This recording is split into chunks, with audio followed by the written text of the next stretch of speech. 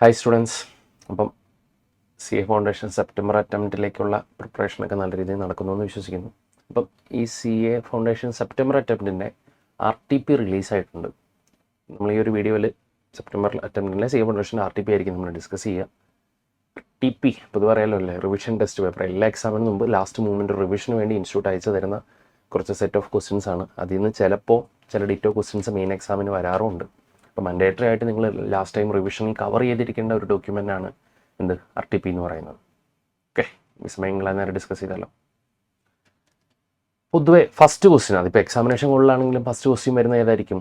ഈ question state with reasons whether the following statements are true or false. With റീസണും കേട്ടോ. At the end of the accounting year all nominal accounts of the ledger are balanced. വർഷാവസാനം nominal account എന്ന് പറയുമ്പോൾ എക്സ്പെൻസസും ഇൻകംസും അത് balance ചെയ്യുന്നു. Nominal അക്കൗണ്ടുകൾ നമ്മൾ balance ചെയ്യാറുണ്ടോ? At the end of the year all nominal accounts are balanced. No. Nominal അക്കൗണ്ട്സുകൾ എന്താ ചെയ്യുന്നത്? ബാലൻസ് ചെയ്യാന്ന് പറഞ്ഞാൽ ബാലൻസ് ക്യാരി ഡൗൺ ചെയ്ത് ബ്രോ ഡൗൺ ചെയ്യുമെന്ന് ഇല്ല. നോമിനൽ അക്കൗണ്ടുകൾ ടോട്ടൽ ചെയ്ത് ആ ടോട്ടൽ നമ്മൾ എന്ത് ചെയ്യുന്നത്? P&Lലേക്ക് ക്ലോസ് ചെയ്യുവാണ് ചെയ്യുന്നത്. At the end of accounting year ഇതിൽ ട്രൂ ഓർ ഫോൾസ് നമുക്ക് ആൻസർ കിട്ടും. റീസൺ നോക്കണം. At the end of the year all the nominal accounts of the ledger are total and transferred to profit and loss account. Outstanding expenditure account is a nominal account. Outstanding expenditure എന്ന് പറഞ്ഞാൽ outstanding expense. അത് ഏത് നേച്ചറി വരുന്ന account? Outstanding expenses എന്ന് പറയുമ്പോൾ it's a liability. So nominal എന്ന് പറയുമ്പോൾ personal വരും. ആർക്ക് കൊടുക്കാനുള്ളത്? സ്റ്റാഫിന് കൊടുക്കാനുള്ളത്. സോ റെപ്രസെൻറ്റേറ്റീവ് പേഴ്സൺ വരും. Outstanding expenditure it's a personal account of representative nature. ആ റെപ്രസെൻറ്റേറ്റീവ് പേഴ്സൺ ആണ്. Because it represents a liability due to employee. Some person ആർക്കെങ്കിലും കൊടുക്കാനുള്ള പൈസ ആയിരിക്കും. Then bank reconciliation statement is prepared to arrive at the bank balance. Bank balance കണ്ടുപിടിക്കാനാണോ നമ്മൾ ബാങ്കിലെ balance എത്രയാണെന്ന് കണ്ടുപിടിക്കാനാണോ BRS പ്രിപ്പയർ ചെയ്യുന്നത്? അത് ബാങ്കിൽ നിന്ന് സ്റ്റേറ്റ്മെൻറ്റ് എടുത്താൽ പോരെ? ഇല്ല. ക്യാഷ് ബുക്കിലെ ബാങ്ക് കോളവും ബാങ്ക് പാസ്ബുക്കും തമ്മിൽ എന്തെങ്കിലും മിസ്മാച്ച് വരുമ്പോൾ അത് എന്തുകൊണ്ടാണെന്ന് എക്സ്പ്ലെയിൻ ചെയ്യാൻ വേണ്ടി കണ്ടുപിടിക്കാൻ വേണ്ടി നമ്മൾ പ്രിപ്പയർ ചെയ്യുന്ന സ്റ്റേറ്റ്മെൻ്റ് ആണ് ബാങ്ക് റിക്കൺസിലേഷൻ. അപ്പോൾ answer false.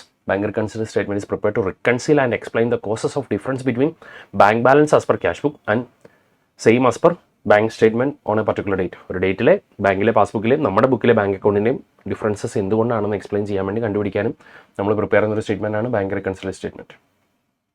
Provision for discount on debtors is calculated before deducting provision for doubtful ഡെപ്റ്റ് ഫ്രം ഡെപ്റ്റേഴ്സ്. ഡിസ്കൗണ്ട് ആദ്യം കുറയ്ക്കണം, പിന്നെ ഡൗട്ട്ഫുൾ ഡെപ്റ്റ് എന്ന് പറയുന്നത് അല്ല. ആദ്യം provision for doubtful answer.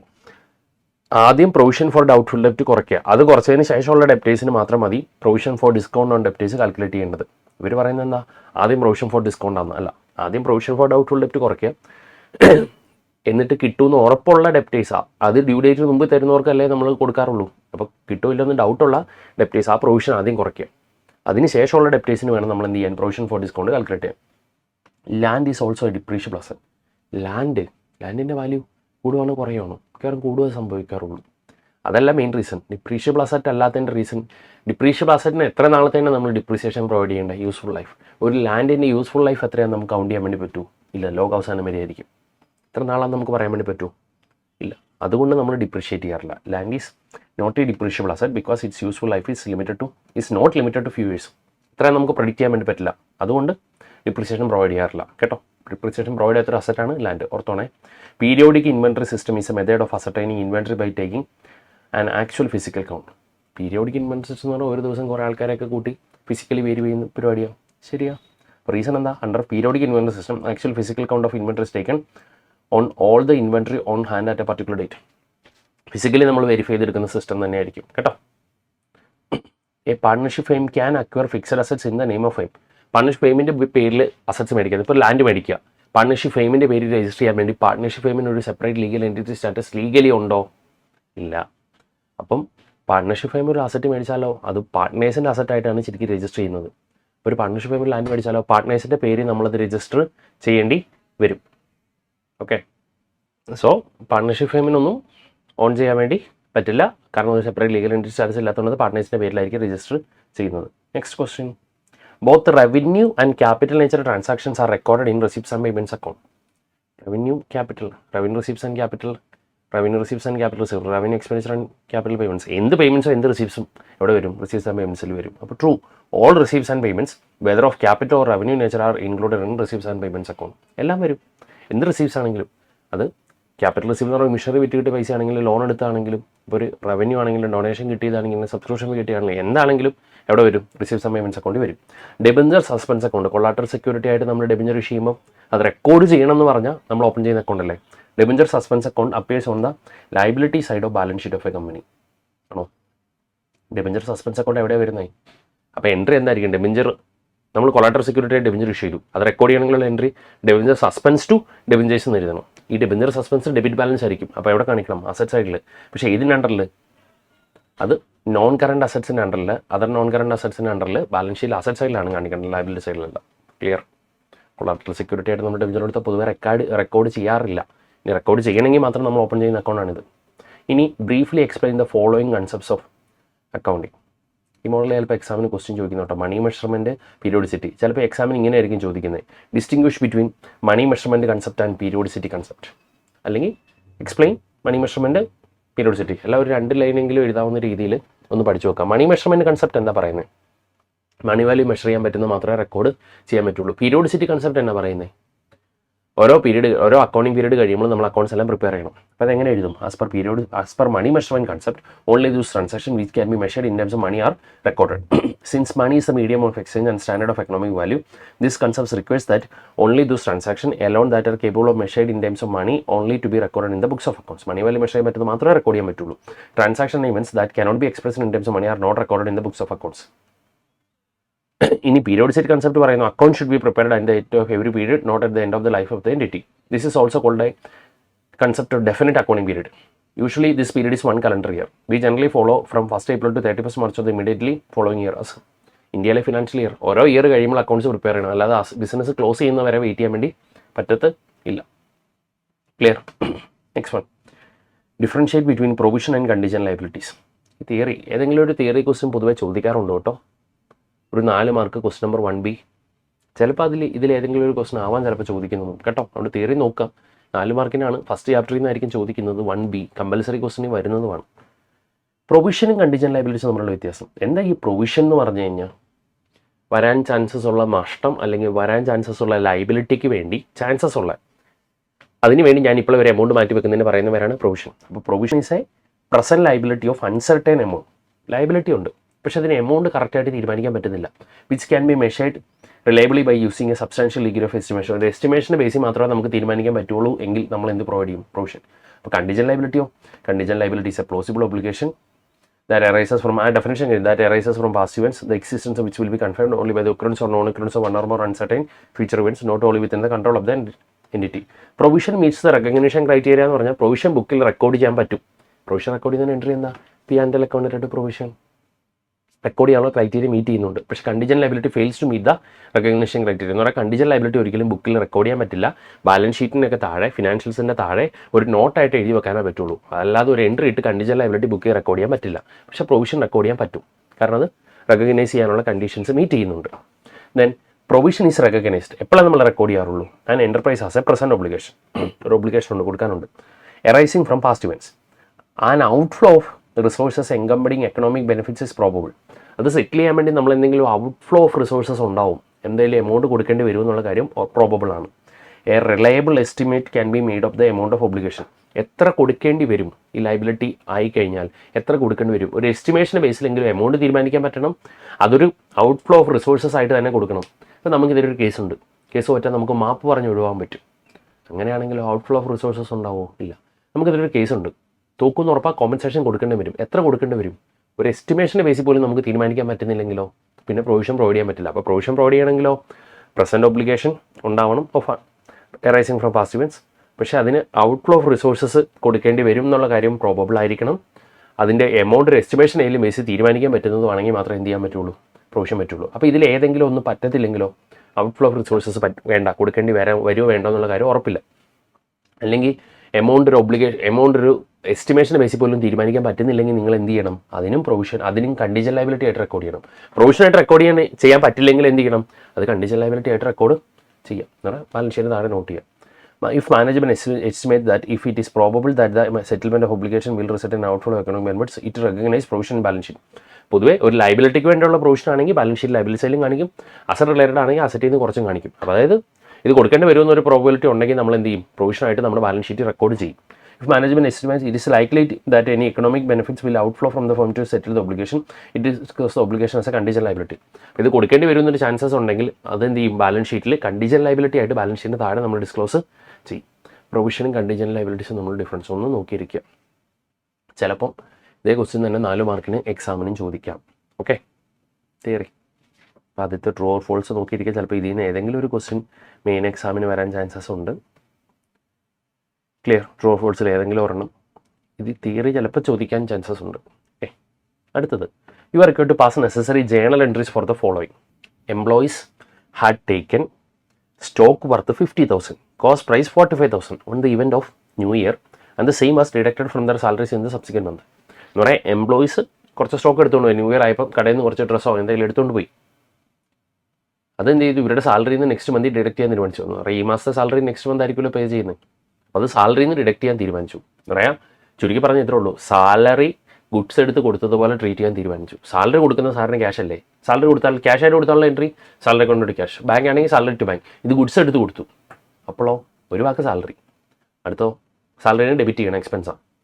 Salary കൊടുത്തു, എക്സ്പെൻസാണ്. To purchases. അപ്പോൾ എൻട്രി ഇങ്ങനെ വരും, salary account debtor to purchases with narration എഴുതണം കേട്ടോ.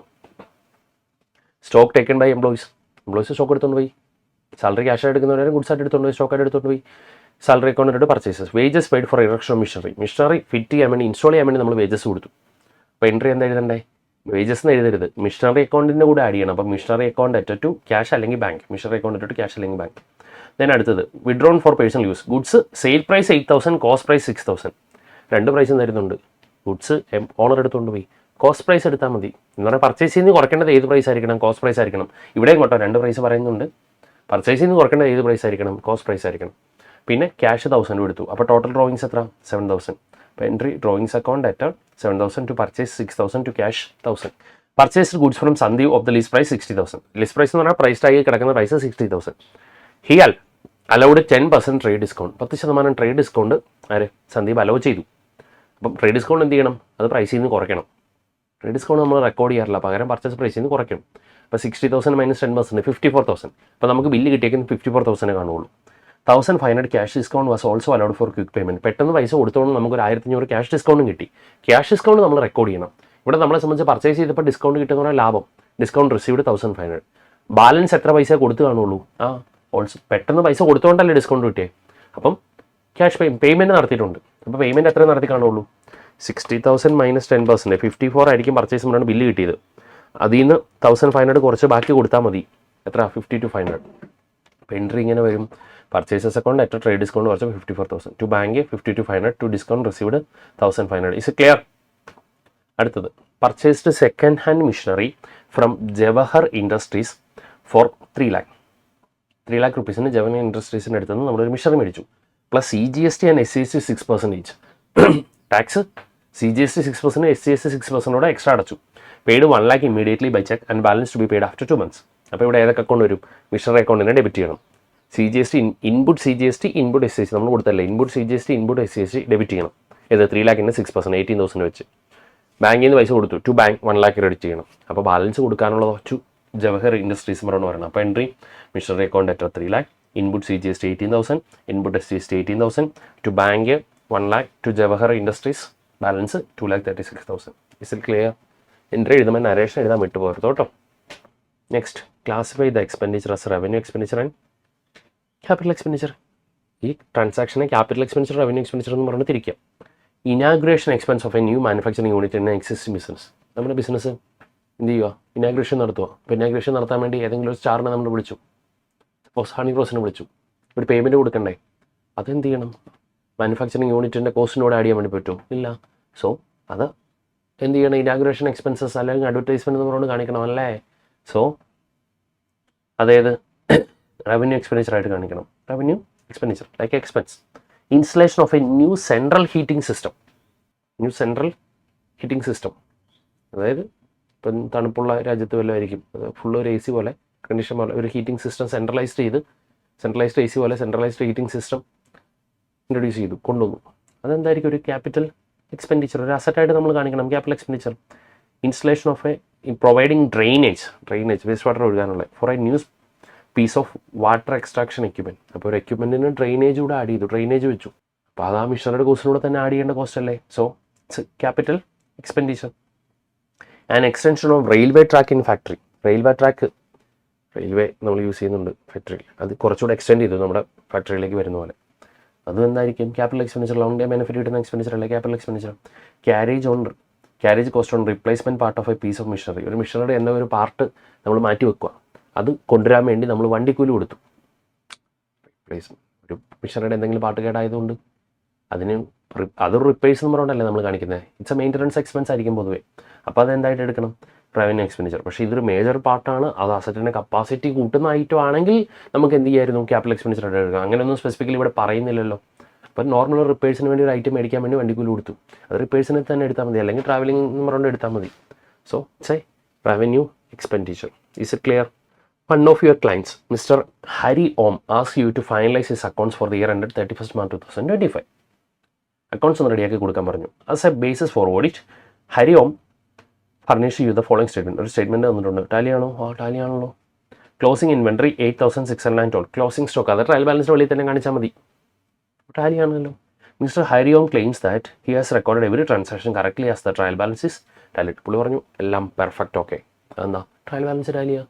Check the accuracy of about trial balance and give reasons for the errors if any. എന്തെങ്കിലും തെറ്റുണ്ടെങ്കിൽ അതിൻ്റെ റീസൺസ് കൂടെ കൊടുക്കണം. ഹരി ഓംസ് ക്യാപിറ്റൽ ഏത് സൈഡിലാണ് വരേണ്ടത്? ക്രെഡിറ്റ് സൈഡിൽ. കറക്റ്റ് അല്ലേ? ഹരി ഓംസ് ഡ്രോയിങ്സ് ഡെബിറ്റ് സൈഡിൽ. കറക്റ്റ് അല്ലേ? ലീസ് ഹോൾഡ് പ്രൊമൈസസ് എന്ന് പറഞ്ഞാൽ ലാൻഡ് ആൻഡ് ബിൽഡിംഗ് അസറ്റ് അല്ലേ? ഡെബിറ്റ് സൈഡിൽ. Correct. Sales, income, credit. Correct. Due from customers എന്ന് പറയുന്നത് എന്തായിരിക്കും? ഡ്യൂ ഫ്രം കസ്റ്റമേഴ്സ് എന്ന് പറഞ്ഞാൽ പൊതുവേ നമ്മൾ എഴുതുന്ന പേരാണ് ഡെപ്റ്റേഴ്സ്. അസറ്റ് ആണെങ്കിൽ ഏത് സൈഡിൽ വരണം? കസ്റ്റമേഴ്സ് തരാനുള്ള പൈസ ഡെബിറ്റ് സൈഡിൽ. പക്ഷേ ഇവരെ ഏത് സൈഡിൽ എഴുതിയേക്കുന്നത്? ക്രെഡിറ്റ് സൈഡിൽ. സോ അത് തെറ്റല്ലേ? അതെ. അപ്പം എവിടെ ഡ്യൂ ഫ്രം കസ്റ്റമേഴ്സ് അസറ്റ് സൈഡിൽ എഴുതണം. അതിൻ്റെ റീസൺ എന്താ? Due from customers is an asset, so it's balance will be debit balance. It will have debit balance. Reason എഴുതണം കേട്ടോ. Then purchases expense debit. Purchase return എന്ന് പറയുമ്പോഴോ പർച്ചേസ് ചെയ്ത stock അത്രയും കുറയുക.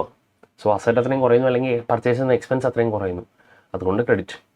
Purchase return represents always shows credit balance because assets goes out. Stock അത്രയും പോവല്ലേ, അല്ലെങ്കിൽ expense reduce ആവുന്നു എന്ന് എഴുതിയാലും മതി.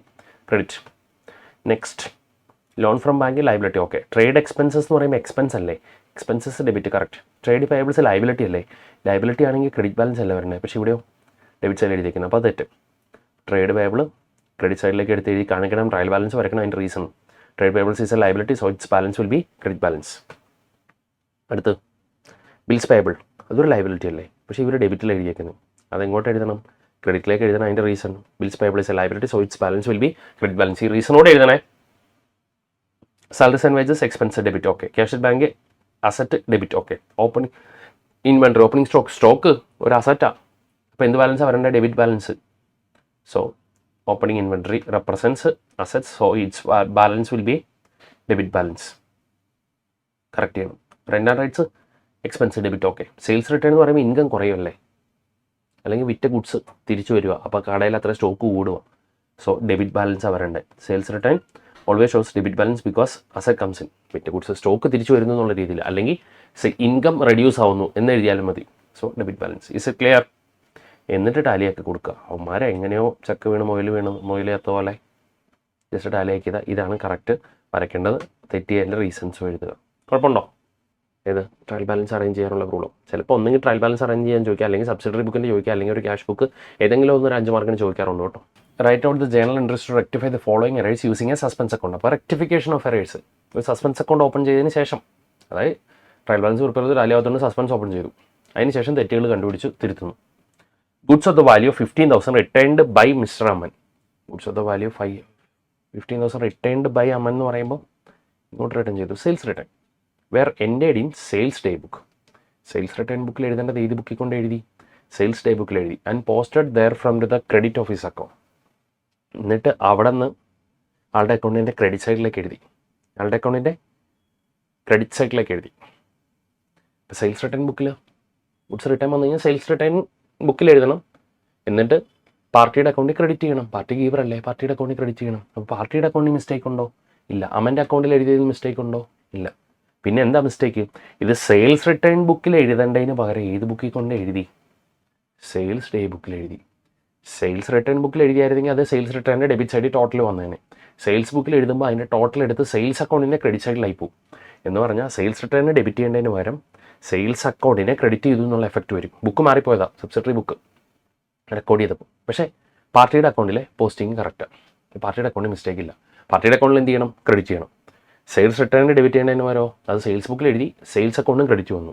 അപ്പോൾ ക്രെഡിറ്റ് രണ്ടോട് കൂട്ടി 30 വന്നു. ഡെബിറ്റ് ഒന്നും വന്നില്ലല്ലോ. അപ്പോൾ ടാലി ആക്കാൻ വേണ്ടി അവിടെ എന്ത് വന്നിട്ടുണ്ടാവും? സസ്പെൻസ് 30,000 വന്നിട്ടുണ്ടാവും.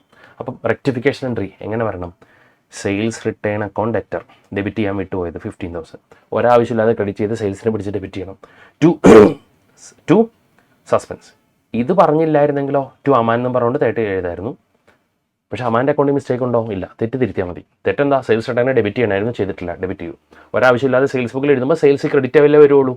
സെയിൽസിനും ക്രെഡിറ്റ് ചെയ്തിട്ടുണ്ട്, അത് ഡെബിറ്റ് ചെയ്യണം. ടു സസ്പെൻസ് വന്ന കഥ മനസ്സിലായോ? ഇപ്പോൾ സെയിൽസും ക്രെഡിറ്റ് പാർട്ടിയും ക്രെഡിറ്റാണ് വന്നേക്കുന്നത്. അപ്പോൾ ക്രെഡിറ്റ് സൈഡ് 30, ഡെബിറ്റ് സൈഡ് ഒന്നുമില്ല, അവിടെ സസ്പെൻസ് കയറി വന്നു. തെറ്റ് തിരുത്താനും ഇപ്പോൾ ആ സസ്പെൻസ് കൂടെ റിമൂവ് ചെയ്യണ്ടേ. Amount of 7,500 entered in sales return book. Sales return ബുക്കിൽ എഴുതി has been posted to the debit of Ashish who return the goods. Sales return എന്ന് പറയുമ്പോൾ വിറ്റ സാധനം തിരിച്ചു വരുന്നു. പാർട്ടി ഗീവർ അല്ലേ, അത് ഏറ്റവും നല്ലത്. അല്ലെങ്കിൽ സെയിൽ ചെയ്തപ്പോൾ തരാനുള്ള അസറ്റ് റിട്ടേൺ ചെയ്യുമ്പോൾ അത്ര അസറ്റ് കുറയണം. അപ്പോൾ പാർട്ടീനെ ക്രെഡിറ്റ് ചെയ്യണം. അതിന് വരെ എന്ത് ചെയ്ത് വെച്ചു? ഡെബിറ്റ് ചെയ്ത് വെച്ചു. സെയിൽസ് റിട്ടേൺ ബുക്കിൽ എഴുതുമ്പോൾ എന്താണെങ്കിലും സെയിൽസ് റിട്ടേണിൻ്റെ ടോട്ടൽ ഡെബിറ്റ് സൈഡിൽ തന്നെയല്ലേ വരുന്നത്. ചിലർ ഇങ്ങനെ വായിക്കും, ഓ പാർട്ടീനെ ക്രെഡിറ്റ് ചെയ്യണം, ഡെബിറ്റ് ചെയ്തു എന്നോർത്തുകൊണ്ട് സെയിൽസ് റിട്ടേണിനെ ഡെബിറ്റ് ചെയ്യണവരെ ക്രെഡിറ്റ് ചെയ്തു എന്നുള്ള മീനിങ് അതിനകത്തുണ്ടോ? ഇല്ല. അപ്പം ശരിക്കും ഡെബിറ്റ് ചെയ്യേണ്ടത് ഏതാ? Sales return. അത് ചെയ്തു. ആശിഷിനെ ക്രെഡിറ്റ് ചെയ്യേണ്ടതിന് വരെ എന്ത് ചെയ്തു? അതും ഡെബിറ്റ് ചെയ്ത് വെച്ചു. അപ്പോൾ ഡെബിറ്റ് സൈഡ് 7,000, 7,500, 7,500, 7,500, 15,000 വന്നു. ക്രെഡിറ്റ് സൈഡിൽ ഒന്നുമില്ല. അപ്പോൾ അത് ടാലിയാക്കാൻ വേണ്ടി അവിടെ സസ്പെൻസ് ഓപ്പൺ ചെയ്ത് കാണും 15,000. അപ്പോൾ അത് കറക്റ്റ് ചെയ്യാനുള്ള എൻട്രി എങ്ങനെ എഴുതണം? Suspense account debtor to Ashish എത്ര? 15,000. ആശിഷിനെ ക്രെഡിറ്റ് ചെയ്യുന്നവരും ഡെബിറ്റ് ചെയ്തു. അപ്പം ക്രെഡിറ്റ് ചെയ്യേണ്ടായിരുന്നു, ചെയ്തിട്ടില്ല, ക്രെഡിറ്റ് ചെയ്യണം. ഒരാവശ്യമില്ലാതെ ഡെബിറ്റ് ചെയ്തു, അത് മാറാൻ വേണ്ടി പിന്നെയും ക്രെഡിറ്റ് ചെയ്യണം. അങ്ങനെ ടോട്ടൽ 15,000 ക്രെഡിറ്റ് ചെയ്യണം. Is it clear? Next, total of discount allowed column in the cash book for the month of June 25 amounting to 27,500 was not posted, though correctly recorded in debtors account. Discount allow ചെയ്യുമ്പോൾ discount allowed to debtors അല്ലേ, അത് cash ബുക്കിൽ എഴുതി. പക്ഷേ cash ബുക്കിൻ്റെ total എടുത്ത് discount allowed കോളത്തിൽ എഴുതാൻ മറന്നുപോയി. പക്ഷേ ഡെപ്റ്റേഴ്സ് കറക്റ്റായിട്ട് റെക്കോർഡും ചെയ്തിട്ടുണ്ട്. അപ്പോൾ ഡെബിറ്റ് ചെയ്യാൻ വിട്ടുപോയി. അപ്പോൾ ഡെബിറ്റ് സൈഡിൽ അപ്പോൾ സസ്പെൻസ് കയറി വന്നിട്ടുണ്ടാവും. അപ്പോൾ entry discount allowed account debtor to suspense അങ്ങനെ എഴുതുന്നതല്ല, ഡിസ്കൗണ്ട് അലൗഡ് എന്നോട് എഴുതുക, ഡിസ്കൗണ്ട് അലൗഡ് ടു സസ്പെൻസ്. അടുത്തത് ബാഡ് ഡെപ്റ്റ്സ് അഗ്രഗേറ്റിംഗ് 8,000. ബാഡ് ഡെപ്റ്റ് വരുമ്പോൾ എൻട്രി എന്താ? ബാഡ് ഡെപ്റ്റ് to debtors during the year in sales ledger. Were written off during the year in sales ledger. അത് സെയിൽസ് ലെഡ്ജർ ഈ sales account കൊണ്ട് എഴുതിയോ? But not adjusted in general ledger. ഈ general ledger എന്താ? ഇത് അറിയണമെങ്കിൽ നിങ്ങളുടെ സ്റ്റഡി മെറ്റീരിയൽ ശരിക്കും പഠിക്കാനുള്ളതില്ല. പണ്ടുണ്ടായിരുന്നു ഈ ഒരു പുളം, ഇപ്പോൾ അത് റിമൂവ് ചെയ്തതാണ്. ഇത്തവണ RTP വന്നിട്ടുള്ളതുകൊണ്ട് ഞാനത് പറഞ്ഞുതരാം.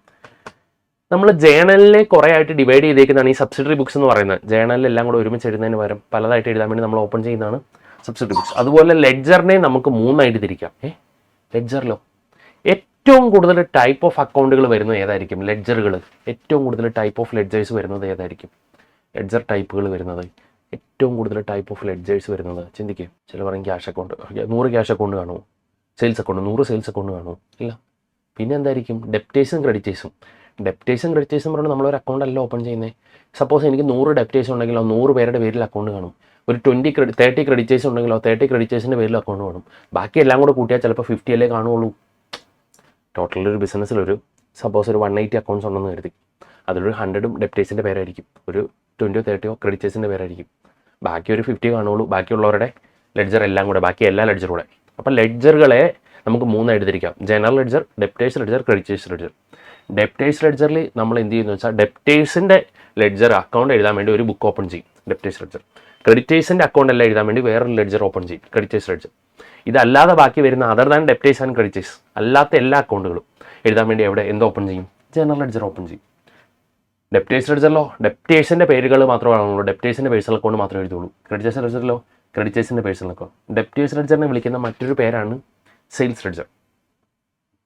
അപ്പോൾ ക്രെഡിറ്റേഴ്സ് ലെഡ്ജറിനെ വിളിക്കുന്ന മറ്റൊരു പേരാണ് പർച്ചേസ് ലെഡ്ജർ. പർച്ചേസ് ലെഡ്ജർ എന്ന് പറഞ്ഞാൽ പർച്ചേസ് അക്കൗണ്ട് എന്ന് കരുതരുത്. പർച്ചേസ് ലെഡ്ജർ മീൻസ് ഇങ്ങനൊരു അർത്ഥത്തോടെ ഉണ്ട്, creditors ledger. Sales ledger means sales account അല്ല, പിന്നെയോ ഡെപ്റ്റേഴ്സ് ലെഡ്ജർ, ഡെപ്റ്റേഴ്സിൻ്റെ പേര് എഴുതുന്നത്. ഇതല്ലാതെ ബാക്കി വരുന്ന അക്കൗണ്ട് എല്ലാം ഏത്? ജനറൽ ലെഡ്ജറിൽ. അപ്പോൾ ക്യാഷ് ഏതിനകത്ത് വരും? Debtors ledger. Capital debtors ledger.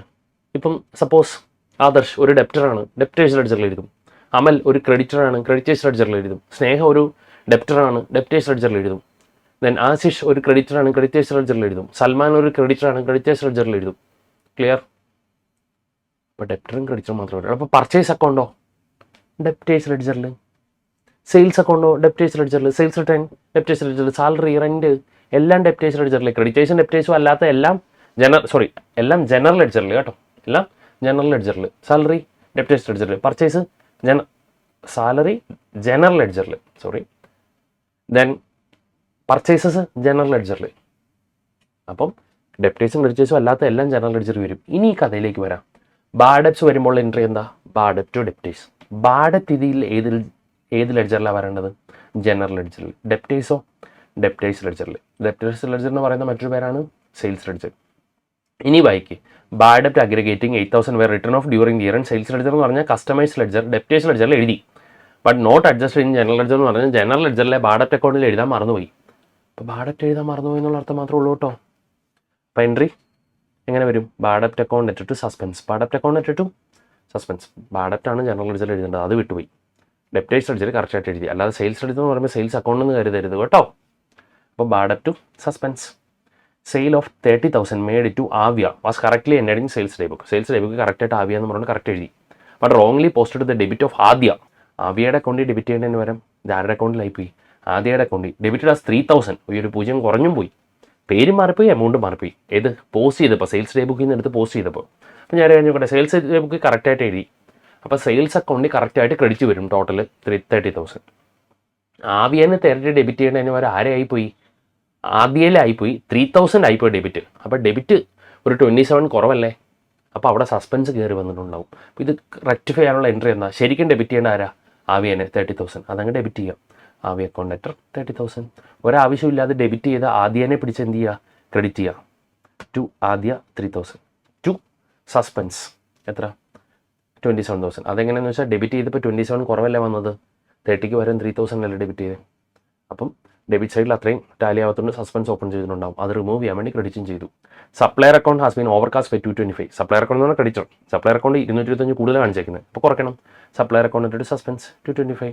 അടുത്ത ബാങ്ക് റിക്കൺസിലേഷൻ സ്റ്റേറ്റ്മെൻറ്റിൻ്റെ problem. The cash book of messrs shows 27,570 as the balance at bank on 31st March 2025. ബാങ്കിലെ ബാലൻസ് 31st March 2025 ബാങ്കിലെ ബാലൻസ് എത്ര? 27,570. ബാങ്കിലെ ബാലൻസ് പറഞ്ഞാൽ നോർമൽ ബാലൻസ്. ഏത്? ക്യാഷ് ബുക്കിലെ ബാങ്ക് ബാലൻസ്. ക്യാഷ് ബുക്കിലെ ബാങ്ക് കോളത്തിൻ്റെ ബാലൻസ് എന്ന് പറഞ്ഞാൽ നമ്മുടെ ബാങ്ക് അക്കൗണ്ടിൻ്റെ ബാലൻസ്, നമ്മുടെ ബുക്കിലെ ബാങ്ക് അക്കൗണ്ടിൻ്റെ balance 27,570 normal balance. But this does not agree with the balance as for bank statement. Bank സ്റ്റേറ്റ്മെൻറ്റുമായിട്ട് ടാലി ആവുന്നില്ല. On a scrutiny of the following on scrutiny the following discrepancies were found. Okay, ഇപ്പോൾ കുറച്ച് മിസ്റ്റേക്കുകൾ കണ്ടുപിടിച്ചു. Subsidy of 10,250. Subsidy 10,250 received from government directly by bank but not advised to the bank, not advised to the company. Subsidy കിട്ടി, ബാങ്കിലേക്ക് directly എന്തോ government ഒരു subsidy കിട്ടി, ബാങ്കിൽ നമ്മൾ അറിയിച്ചില്ല, അതുകൊണ്ട് നമ്മൾ ഇതുവരെ റെക്കോർഡ് ചെയ്തിട്ടില്ല. അപ്പോൾ ഒരു പൈസ വന്നു, നമ്മളിതുവരെ റെക്കോർഡ് ചെയ്തിട്ടില്ല. അപ്പോൾ ബാങ്ക് സ്റ്റേറ്റ്മെൻറ്റ് വന്നു, ബാങ്ക് പാസ്ബുക്കിൽ ആ പൈസ വന്നു. അപ്പോൾ ബാങ്ക് ബാലൻസ് അത്രയും കൂടി നിൽക്കുക, ക്യാഷ് ബുക്കിൽ അത് റെക്കോർഡ് ചെയ്യാത്തതുകൊണ്ട് കുറഞ്ഞ് നിൽക്കുക. അപ്പോൾ ക്യാഷ് ബുക്കിൻ്റെ ബാലൻസിൽ നിന്ന് നമ്മൾ സ്റ്റാർട്ട് ചെയ്യുമ്പം ക്യാഷ് ബുക്കിൻ്റെ ബാലൻസ് ആസ് പെർ ക്യാഷ് ബുക്കിൽ നിന്ന് നമ്മൾ സ്റ്റാർട്ട് ചെയ്യുമ്പം പാസ്ബുക്കിൻ്റെ ബാലൻസിലേക്ക് ബാങ്ക് സ്റ്റേറ്റ്മെൻറ്റിൻ്റെ ബാലൻസിലേക്ക് എത്തിക്കാൻ വേണ്ടി എന്ത് ചെയ്യണം? അത് ആഡ് ചെയ്യണം. കാരണം ബാങ്കിൽ ആ പൈസ വന്നു, ബാങ്ക് സ്റ്റേറ്റ്മെൻറ്റ് ബാലൻസ് കൂടി നിൽക്കുക, ക്യാഷ് ബുക്കിൽ അത് എൻട്രി ചെയ്തിട്ടില്ല, കുറഞ്ഞ് നിൽക്കുക. അപ്പോൾ ക്യാഷ് ബുക്കിൽ നിന്ന് പാസ്ബുക്കിലേക്ക് എത്തിക്കാൻ വേണ്ടി എന്ത് ചെയ്യണം? കൂട്ടണം. Okay, next. On 15th March 2025 payment side of cash book was undercast by 350. Payment side അത്രയും കുറച്ചാണ് കാണിച്ചേക്കുന്നത്, 350 കുറച്ചാണ് കാണിച്ചേക്കുന്നത്. അപ്പോൾ പേയ്മെൻറ്റ് ഒരു 350 കാണിച്ചില്ല. പേയ്മെൻറ്റ് കാണിക്കാത്തപ്പം ബാലൻസ് കൂടും. ഏത്? ക്യാഷ് ബുക്കിൽ മിസ്റ്റേക്ക്. അപ്പോൾ ക്യാഷ് ബുക്കിൽ ബാലൻസ് അത്രയും കൂടി കിടക്കുമായിരിക്കും, പേയ്മെൻറ്റ് അത്രയും കാണിച്ചില്ല എന്ന് കരുതിക്കും. അപ്പം ബാലൻസ് കൂടി കിടക്കും. അപ്പോൾ ക്യാഷ് ബുക്കിലെ ബാലൻസ് കൂടി നിൽക്കുക, പാസ്ബുക്കിലെ ബാലൻസ് കറക്റ്റ് നിൽക്കുക. അപ്പോൾ ക്യാഷ് ബുക്കിൽ നിന്ന് പാസ്ബുക്കിലേക്ക് എത്തിക്കാൻ വേണ്ടി എന്ത് ചെയ്യണം? കുറയ്ക്കണം. ഇതെന്ത് ചെയ്യണം? കുറയ്ക്കണം. 350 കുറയ്ക്കണം. Is it clear? On 20th March 2025 debit balance of 2156 on the previous day was brought forward as credit balance. എടാ, ക്യാഷ് ബുക്ക് ബാലൻസ് ചെയ്തിട്ട് ഒരു ദിവസം ബാലൻസ് ചെയ്തിട്ട് അടുത്ത ദിവസം തന്നെ എഴുതിയപ്പം ഡെബിറ്റ് സൈഡിൽ ബ്രോ ഡൗൺ ചെയ്തിരുന്നതിന് പകരം അത് ക്രെഡിറ്റ് സൈഡിലായി പോയി എന്ന് പറഞ്ഞാൽ റിസീപ്റ്റ് സൈഡിൽ എഴുതേണ്ട ഒരു ബാലൻസ് എടുത്ത് പേയ്മെൻറ്റ് സൈഡിൽ എഴുതി. അതുകൊണ്ട് എന്ത് സംഭവിക്കുന്നത് വെച്ച് കഴിഞ്ഞാൽ ഡെബിറ്റ് ബാലൻസ് വരേണ്ട അക്കൗണ്ടിനെ ക്രെഡിറ്റ് ബാലൻസ് ആയിട്ട് എടുത്തു. അപ്പോൾ ശരിയാക്കാൻ വേണ്ടി എന്ത് ചെയ്യണം, ഇരട്ടി എമൗണ്ട് ഡെബിറ്റ് ചെയ്യണം. എന്ന് പറഞ്ഞാൽ ക്യാഷ് ബുക്കിൻ്റെ ബാലൻസ് ഒരു 4312 ഇപ്പോൾ കുറഞ്ഞായിരിക്കും കിടക്കുന്നത്. പാസ്ബുക്കിൽ മിസ്റ്റേക്ക് ഒന്നും ഇല്ലാത്തതുകൊണ്ട് കറക്റ്റായിട്ട് നിൽക്കുക. അപ്പോൾ ക്യാഷ് ബുക്കിൽ നിന്ന് പാസ്ബുക്കിലേക്ക് എത്തിക്കാൻ വേണ്ടി എന്ത് ചെയ്യണം, സൈഡ് മാറിപ്പോയി എഴുതിയത് കൊണ്ടോ ഇരട്ടി എമൗണ്ട് ആഡ് ചെയ്യണം. Is it clear? A customer of messrs മസാഴ്സ് who received cash discount 5% on his account of 2000 paid to Messrs. Massage a check on 24th March 2025. Cash erroneously entered gross amount in cash book. ശരിക്കും എത്ര രൂപയായിരിക്കും? 2000 തരാനുണ്ട്, 5% discount. 2000 5%, 100 കുറച്ചിട്ട് ബാക്കി 1900 നമുക്ക് തന്നു. അപ്പോൾ actually നമുക്ക് എത്ര പൈസ വന്നുള്ളൂ? 1900. പക്ഷേ ക്യാഷിൽ 2000 പൈസ വന്നതുപോലെ ബാങ്ക് ബുക്കിൽ എഴുതി വെച്ചു. അപ്പോൾ ശരിക്കും ഒരു 100 രൂപ കൂടുതലാണ് നമ്മുടെ ക്യാഷ് ബുക്കിൻ്റെ ബാലൻസ്. ക്യാഷ് ബുക്കിൻ്റെ മിസ്റ്റേക്ക് അല്ലേ? അതെ. പാസ്ബുക്കിലെ ബാലൻസിലേക്ക് എത്തിക്കാൻ വേണ്ടി എന്ത് ചെയ്യണം, ഇത് കുറയ്ക്കണം. ഈ 100 റുപ്പീസ് കുറയ്ക്കണം. ആ ഡിസ്കൗണ്ട് എൻ്റർ ചെയ്യാതെ ഫുൾ ബാങ്ക് കോളത്തിൽ എഴുതി വെച്ചു. ശരിക്കും ബാങ്കിൽ പൈസ വന്ന് 1900 ഉള്ളൂ, നമ്മൾ 2000 കിട്ടിയ പോലെ എഴുതി വെച്ചു. അപ്പോൾ 100 റുപ്പീസ് ബാലൻസ് കൂടി കിടക്കുക, പാസ്ബുക്കിലേക്ക് എത്തിക്കാൻ വേണ്ടി കുറയ്ക്കണം. On 10th March 2025 bill for 5700 was discounted from the bank entered in cash book, but proceeds credited in bank statement amounting to 5500 only. Bill നമ്മൾ ഡിസ്കൗണ്ട് ചെയ്തു, ബാങ്കിൽ കൊണ്ട് 5700 ബില്ല് കൊണ്ട് ഡിസ്കൗണ്ട് ചെയ്തു. അപ്പോൾ ഡിസ്കൗണ്ട് ഒരു 200 പിടിച്ചിട്ട് ബാലൻസ് 5500 ബാങ്കിൽ വന്നോളൂ. അപ്പോൾ ഇതിന് മീനിങ് എന്താണെന്ന് വെച്ചാൽ ക്യാഷ് ബുക്കിൽ നമ്മൾ എത്ര എഴുതി, 5700 പൈസ വന്നതുപോലെ എഴുതി. 5700 പൈസ കിട്ടിയ പോലെ നമ്മൾ എഴുതി വെച്ചു. ഡിസ്കൗണ്ട് റെക്കോർഡ് ചെയ്യാൻ പറ്റില്ല, മറന്നുപോയി. പക്ഷേ ആക്ച്വലി 5500 വന്നിട്ടുള്ളൂ. അപ്പോൾ ഒരു 200 ക്യാഷ് ബുക്ക് കൂടി നിൽക്കുക. ക്യാഷ് ബുക്കിൽ നിന്ന് പാസ്ബുക്കിലേക്ക് എത്തിക്കാൻ വേണ്ടി എന്ത് ചെയ്യണം, 200 കുറയ്ക്കണം. Is it clear? അടുത്തത് cheques issued amounting to Ravi for 1725. നമ്മൾ രവിക്ക് ഒരു ചെക്ക് ഇഷ്യൂ ചെയ്തു. Returned marked out of date. ആ ചെക്ക് റിട്ടേൺ ആയി. എന്തുകൊണ്ട്? ഔട്ട് ഓഫ് ഡേറ്റ് കഴിഞ്ഞു. 3 മാസമല്ലേ ചെക്കിൻ്റെ വാലിഡിറ്റി, 3 months. അത് ഡേറ്റ് കഴിഞ്ഞ് കാണും. അപ്പോൾ ഇനി നമ്മളൊരു പേയ്മെൻറ്റ് ചെക്ക് എഴുതി കൊടുത്തപ്പോൾ തന്നെ നമ്മൾ എന്ത് ചെയ്തു, ക്യാഷ് ബുക്കിൽ ഇത് പേയ്മെൻ്റ് ആയിട്ട് കാണിച്ച് കാണും. അപ്പോൾ ക്യാഷ് ബുക്കിന് ബാലൻസ് കുറച്ചു. അപ്പം ഇതുവരെ ബാങ്കിൽ ചെന്നിട്ടുണ്ടോ? ഇല്ല. ഇനി അത് ബാങ്കിൽ ചെന്ന് ക്ലിയർ ആവോ? ഇല്ല. അപ്പോൾ ക്യാഷ് ബുക്ക് അത്രയും കുറച്ച് കിടക്കുക. അപ്പോൾ ക്യാഷ് ബുക്കിൽ നിന്ന് പാസ്ബുക്കിലേക്ക് എത്തിക്കാൻ വേണ്ടി എന്ത് ചെയ്യണം, ഇത് ആഡ് ചെയ്യണം. Okay. Next, insurance premium 900 paid by bank understanding instruction, no entries made in books. ഒരു ഇൻഷുറൻസ് പ്രീമിയം ബാങ്കിൽ നിന്ന് പേ ചെയ്തു.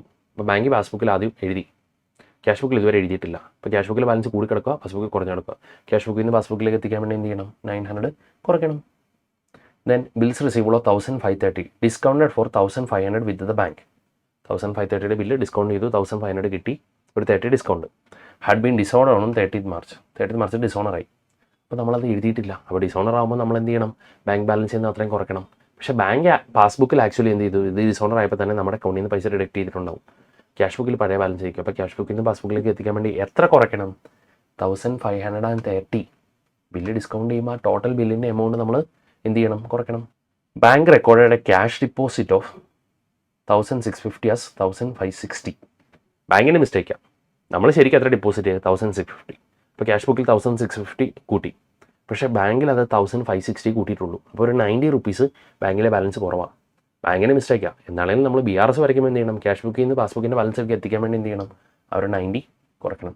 അപ്പം നമുക്ക് balance as per bank statement, bank പാസ്ബുക്കിലെ ബാലൻസ് കിട്ടണം. ഇതായിരിക്കും ബാങ്ക് പാസ്ബുക്കിലെ balance.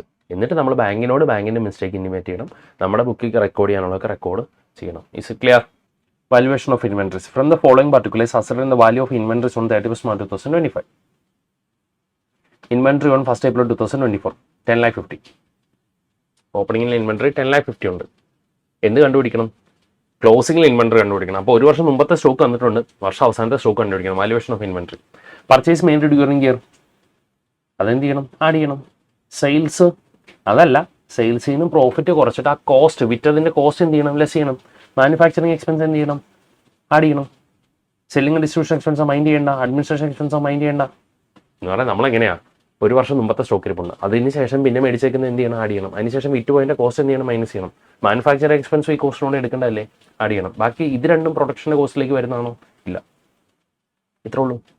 At the time of valuing inventory on 31st March 2024, a sum of 60,000 was written off on a particular item. ഏത് ഈ സ്റ്റോക്ക് വാല്യൂ സമയത്ത് a sum of 60,000 was written off on a particular item which was originally purchased for 1,65,000. 1,65,000 purchase ചെയ്ത ഒരു item 60,000 കുറച്ചായിരുന്നു അന്ന് കാണിച്ചത്. That means അതിൻ്റെ net realisable value 60,000 കുറവായിരിക്കും. അപ്പോൾ അത് കുറച്ചിട്ട് 1,05,000 ഇതിനകത്ത് ഈ കിടക്കുന്ന സ്റ്റോക്കിൽ ഒരു 1,05,000 മേടിച്ച സ്റ്റോക്ക്, 1,05,000 ബുക്കിൽ വാല്യൂ ഉള്ള stock was hold during the year for 1,50,000. അത് 1,50,000 വിറ്റു. 45,000 ലാഭം. മീൻസ് ബുക്കിൽ കിടക്കുന്ന വാല്യൂ വെച്ച് നോക്കുമ്പോൾ ആക്ച്വലി മേടിച്ച വില വെച്ചിട്ടാണെങ്കിൽ നഷ്ടം. Except the above transaction gross profit earned during the year was 20% on sales. നമ്മൾ എന്താ കണ്ടുപിടിക്കുന്നത്? ക്ലോസിംഗിലെ സ്റ്റോക്ക്. ഇതില്ലായിരുന്നെങ്കിൽ നമുക്ക് എന്ത് ചെയ്യായിരുന്നു? ഈ സംഭവം ഈ ഒരു അഡ്ജസ്റ്റ്മെന്റ് പറയുന്നില്ലെങ്കിൽ എന്ത് ചെയ്യണമായിരുന്നു? ഓപ്പണിംഗ് സ്റ്റോക്കിൻ്റെ കൂടെ പർച്ചേസസ് ആഡ് ചെയ്യണം, മാനുഫാക്ചറിംഗ് എക്സ്പെൻസ് ആഡ് ചെയ്യണം, പിന്നെ ഈ സെയിൽസ് 5,50,000 അല്ലേ, 55,50,000 അത് ഈ -20%, അതിൻ്റെ 20% ലാഭമല്ലേ, അപ്പോൾ 44,40,000 കിട്ടും. അതായിരിക്കും വിറ്റതിൻ്റെ കോസ്റ്റ്. അത് മൈനസ് ചെയ്താൽ കിട്ടും. അപ്പോൾ ഈ ഐറ്റവും ഇത് സ്റ്റോക്കിൽ ഇരിപ്പുണ്ടോ? ഇത് ഈ വർഷം നമുക്ക് കണ്ടുപിടിക്കുന്ന സ്റ്റോക്കിൽ ഉണ്ടാവോ? ഇല്ല, അത് മുഴുവൻ വിറ്റുപോയി. എങ്കിൽ പിന്നെ അതങ്ങ് ഒഴിവാക്കിയിട്ട് ആ കണക്കങ്ങ് ചെയ്താൽ പോരെ. ഈ ഐറ്റം എന്താണെങ്കിലും ക്ലോസിംഗ് സ്റ്റോക്കിലില്ലല്ലോ. അപ്പോൾ ഏറ്റവും എളുപ്പമുള്ള വഴി എന്ന് പറയുന്നത് ഇത് ഒഴിവാക്കിയിട്ട് അപ്രൂവൽ ചെയ്യുക എന്ന് പറഞ്ഞാൽ ഇൻവെന്ററി എടുക്കുമ്പോൾ 10,50,000 ഉണ്ട്. ഈ 10,50,000 ഈ പ്രശ്നം പറയുന്ന ഐറ്റത്തിന് ദാറ്റ് മീൻസ് എന്തോ ഡാമേജ് ഉള്ള ഒരു ഐറ്റത്തിൻ്റെ വാല്യൂ എത്ര ഉണ്ട്? 1,65,000 മേടിച്ചു, 60 റൈറ്റ് ഓഫ് ഇതിനെ കാണിച്ചേക്കുന്നത്. 1,65,000 - 60,000, 1,05,000 ഈ ഇതിൽ വാല്യൂ ഉള്ള അസറ്റ്. അത് ഓപ്പണിംഗ് സ്റ്റോക്കിൽ നിന്ന് കുറച്ചേക്കുക. ഓപ്പണിംഗ് നിന്ന് കുറയ്ക്കുക. അപ്പോൾ നോർമൽ ഐറ്റം എത്ര സ്റ്റോക്ക് ഇരിപ്പുണ്ട്? 9,45,000 വാല്യൂ ഉള്ളതുണ്ട്. പർച്ചേസ് ചെയ്തേക്കുന്നു 36 lakh. മാനുഫാക്ചറിംഗ് എക്സ്പെൻസോ 3 lakh. എന്നിട്ട് ഈ എക്സ്പെൻസ് ഒക്കെ പ്രൊഡക്ഷൻ എക്സ്പെൻസ് അല്ലല്ലോ, കോസ്റ്റിനോട് എടുക്കേണ്ടതല്ലോ, അല്ല, അത് കൺസിഡർ ചെയ്യേണ്ട. അപ്പോൾ ടോട്ടൽ നമ്മളെ കയ്യിൽ ഇരിക്കുന്ന നോർമൽ ഗുഡ്സിൻ്റെ കോസ്റ്റ് കിട്ടും. അതിൽ വിറ്റത് എത്ര? 15,55,000. അതിലൊരു 1,50,000 ഈ അബ്നോർമൽ ഐറ്റത്തിൻ്റെ സെയിലല്ലേ, അത് കുറയ്ക്കുക. അപ്പം നോർമൽ ഐറ്റം എത്രയോടെ വിറ്റ് പോയിട്ടുണ്ട്? 54 lakh. Normal item 54 lakhന് വിറ്റിട്ടുണ്ട്. ആ 54 lakhൻ്റെ 20% ഗ്രോസ് പ്രോഫിറ്റ് ആണ്. അപ്പോൾ അത് കുറയ്ക്കുമ്പോൾ നമുക്ക് കോസ്റ്റ് കിട്ടും. കോസ്റ്റ് വിറ്റുപോയ ഗുഡ്സിൻ്റെ കോസ്റ്റ് എത്ര? 43,20,000 നോർമൽ കോസ്റ്റ് ഉള്ള ഗുഡ്സ് സെയിൽ ചെയ്തിട്ടുണ്ട്. അപ്പോൾ ബാലൻസ് ഇരിക്കുന്ന സ്റ്റോക്കിൻ്റെ വാല്യൂ എന്ന് പറയുന്നത് എത്രയായിരിക്കും? 5,25,000. അപ്പോൾ ഇത് ഒഴിവാക്കിയതിൻ്റെ കൺസെപ്റ്റ് എന്താ? ഇത് ഏറ്റവും എളുപ്പം. അതിൻ്റെ കൺസെപ്റ്റ് ലോജിക് എന്ന് പറയുന്നത് എത്രേ ഉള്ളൂ. ഇത് ക്ലോസിംഗ് വെച്ചിരിപ്പുണ്ടോ? ഇല്ല. അപ്പോൾ അത് ഓപ്പണിംഗിൽ നിന്ന് ഒഴിവാക്കുക, സെയിലിൽ നിന്ന് ഒഴിവാക്കി എടുത്തിട്ട് നോർമൽ മാത്രം വെച്ചിട്ട് ആ പ്രോബ്ലം അങ്ങ് ചെയ്യാം. Is it clear? ഒരു വർഷം സ്റ്റോക്ക് ടേക്കിങ്ങിൻ്റെ കൺസെപ്റ്റ് എന്താ? നേരത്തെ ഞാൻ സ്റ്റോക്ക് എടുത്തു, വർഷം അവസാനത്തെ സ്റ്റോക്ക് കണ്ടുപിടിക്കണം. അപ്പോൾ എന്ത് ചെയ്യണം? അതിനുശേഷമുള്ള പർച്ചേസ് ആഡ് ചെയ്യണം, ഡയറക്റ്റ് എക്സ്പെൻസ് ആഡ് ചെയ്യണം, cost of goods sold minus ചെയ്യണം. ഇതാണ് കോസ്റ്റ് ഓഫ് ഗുഡ്സ് സോൾഡ്, അത് മൈനസ് ചെയ്യണം. അത്രേ ഉള്ളൂ. A purchased machinery on 1/1/2021 for 1,94,000 and spend 6,000 on its erection. A purchased machinery on 1/1/2021 for 1,94,000 and spend 6,000 on its erection. അതിൻ്റെ ഫിറ്റിംഗ്സിന് വേണ്ടി 6,000 സ്പെൻഡ് ചെയ്തു. On 1/7/21 additional machinery costing 1 lakh were purchase. പിന്നെ ഒരു മിഷനറി മേടിച്ചു. അപ്പോൾ ഈ ഇറക്ഷൻ വേണ്ടി വരുന്ന എക്സ്പെൻസ് എന്ത് ചെയ്യണം? കോസ്റ്റിനോട് തന്നെ ആഡ് ചെയ്യണം. അപ്പോൾ 2 lakhന് മിഷനറി ആദ്യം മേടിച്ചു, പിന്നെ ഒരു 1 lakhന് മിഷനറി മേടിച്ചു. അപ്പോൾ ടോട്ടൽ 3 lakh. ഓൺ 1/1/23 എന്ന് പറയുമ്പോൾ 2 വർഷം കഴിഞ്ഞിട്ട് മിഷനറി പർച്ചേസ് ഓൺ 1/1/2021 ആദ്യം മേടിച്ച 2 lakhന് machinery having become obsolete and was auctioned for 1 lakh. എന്നിട്ട് അത് എന്തോ ഔട്ട്ഡേറ്റഡ് ആയി, അത് വിറ്റു, 1 lakh rupees കിട്ടി. അപ്പോൾ അതിൻ്റെ ലാഭനഷ്ടം കണ്ടുപിടിക്കണം. On 1/7/23 a new machine was purchased at a cost of 1,50,000 പുതിയ അസറ്റോട് മേടിച്ചു. Depreciation was provided annually on 31st December at the rate of 10% per annum on original cost of machinery. Original കോസ്റ്റിന് 10% depreciation എന്ന് പറഞ്ഞാൽ സ്ട്രൈറ്റ് ലൈൻ മെത്തേഡിലാണ് depreciation provide ചെയ്തുകൊണ്ടിരിക്കുന്നത്. ഇന്ന് year end 31st December. അപ്പോൾ ഇയർ എൻഡ് 31st December ആയിരിക്കും കേട്ടോ. In 2024 a change in the method of writing off 15% per annum in the written down മെത്തേഡിലേക്ക് മാറി. അപ്പോൾ 2024 ആയപ്പം 10% SLM മെത്തേഡ്, സ്ട്രൈറ്റ് ലൈൻ മെത്തേഡിൽ നിന്ന് റിട്ടേൺ ഡൗൺ വാല്യൂ 15% മെത്തേഡിലേക്ക് മെത്തേഡ് ചേഞ്ച് ചെയ്തു. Show the machinery account for the calendar year ആട്ടോ, 21 to 24. അപ്പോൾ 4 വർഷത്തെ 2021, 22, 23, 24 4 വർഷത്തെ മിഷനറി അക്കൗണ്ട് മാത്രം വരയ്ക്കണം. മിഷനറി അക്കൗണ്ട് വരച്ചാൽ മതി. അപ്പോൾ എങ്ങനെ വരയ്ക്കും? മിഷനറി അക്കൗണ്ട് ഒരു 4 വർഷത്തെ വരയ്ക്കണം. ഒരു ഫുൾ പേജ് വരച്ച് വെക്കുക. മിഷനറി അക്കൗണ്ടിൻ്റെ debit I D 1/1/2021 to banking നമ്പറുണ്ട്. ആദ്യം 1,94,000 പിന്നെ 6, അതല്ലെങ്കിൽ ഒരുമിച്ച് 2 lakh എന്ന് കാണിച്ചാലും മതി കേട്ടോ. 2 lakhൻ്റെ അസറ്റ് മേടിച്ചു. ദെൻ 1/7/21 പിന്നെ ഒരു അസറ്റ് മേടിച്ചു. മിഷനറി അക്കൗണ്ടിൻ്റെ debit I D to bank 1 lakh. ഇനി ആ വർഷം ഡിപ്രിസിയേഷൻ എടുക്കണം. എങ്ങനെ ഡിപ്രിസിയേഷൻ എടുക്കണം? ഈ 2 lakh ഈ വർഷം ഓപ്പണിംഗ് മേടിച്ചതാണ്. 2 lakhൻ്റെ 10% സ്ട്രൈറ്റ് ലൈൻ മെത്തേഡ് അല്ലേ. 2 lakhൻ്റെ 10% 20,000. പിന്നെയോ ഈ 1 lakhൻ്റെ 10%, പക്ഷെ മേടിച്ചിട്ട് 1 വർഷം ആയോ? ഇല്ല. 17 to 31st December 6 months ആയിട്ടുള്ളൂ. അപ്പോൾ 6 months ഡിപ്രിസിയേഷൻ 5000. അങ്ങനെ ടോട്ടൽ ഡിപ്രിസിയേഷൻ 25,000. അതിന് വർക്കിംഗ് ചെയ്തിട്ടുണ്ട്. എങ്ങനെ വർക്കിംഗ് എന്ന് ചോദിച്ചാൽ 2021 ഡിപ്രിസിയേഷൻ ആദ്യത്തെ 2 ലാഖിൻ്റെ അസറ്റിൻ്റെ 10%, അടുത്ത 1 lakh അസറ്റിൻ്റെ 6 months ഡിപ്രിസിയേഷൻ 5,000. അങ്ങനെ ടോട്ടൽ ഡിപ്രിസിയേഷൻ എത്ര? 25,000. അടുത്ത എന്താ പറയുന്നത്? 1/1/2022 ആകുമ്പോൾ വേറെ ചേഞ്ച് ഒന്നും ഇല്ലല്ലോ. അപ്പം ഈ ഡിപ്രിസിയേഷൻ കുറച്ചിട്ട് ബാലൻസ് ഉള്ള എമൗണ്ട് 2,75,000 വരും.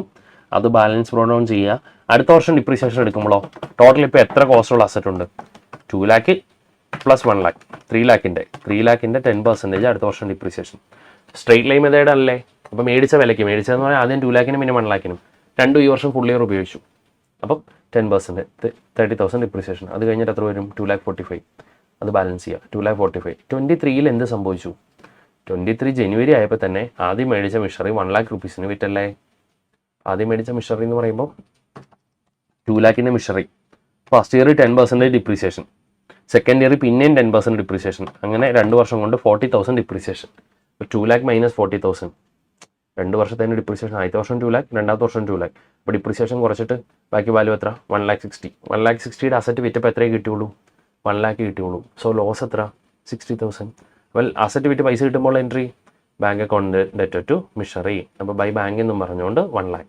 ഇനി അസറ്റ് വിറ്റത് നഷ്ടത്തിലാണെങ്കിലോ loss on sale of machinery to asset, അല്ലെങ്കിൽ P&L അക്കൗണ്ട് ഡെറ്റ് ടു മിഷറി.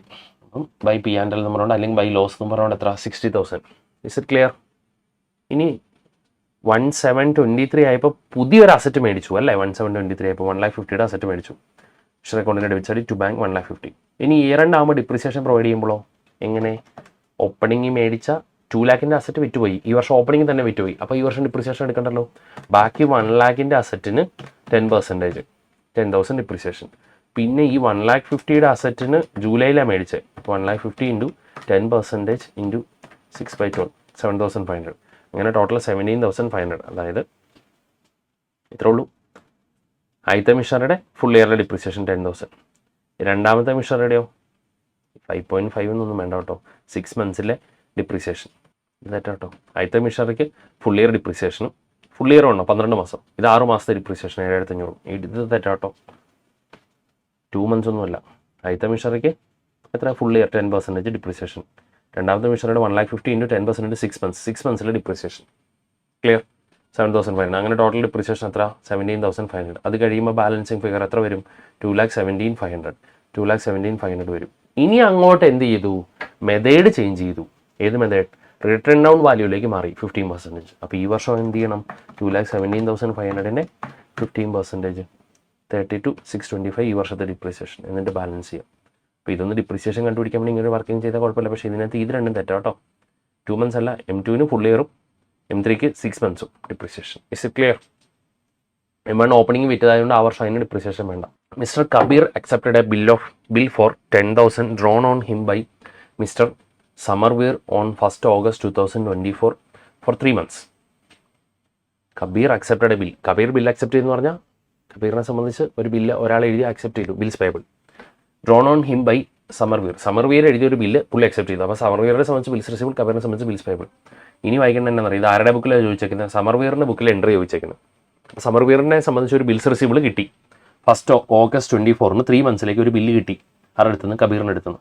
ദിസ് എമൗണ്ട്, അപ്പം this was for the amount for which Kabir owed to Samarveer. സമീറിന് കൊടുക്കാനുള്ള പൈസയ്ക്കുള്ള ബില്ലാണ്. അത് സമർവീറിനെ സംബന്ധിച്ച് കിട്ടാനുള്ള പൈസയുടെ ബില്ല്, പൈസയ്ക്ക് വരാൻ ബിൽ ഓഫ് എക്സ്ചേഞ്ച് കിട്ടി. On the same date, Mr. Samarveer got the bill discounted of his bank for rupees 9,800. അപ്പോൾ 10,000 ബില്ല് 9,800 ഡിസ്കൗണ്ട് ചെയ്തു. 200 discount. On the due date, Kabir approached Samarveer for renewal of bill. Due date ആയി കഴിഞ്ഞപ്പോൾ 3 മാസം കഴിഞ്ഞപ്പം 1st August plus 3 months 1st November plus 3 days 4th November ആയി കഴിഞ്ഞപ്പോൾ അത് renew ചെയ്യാൻ വേണ്ടി ചെന്നു.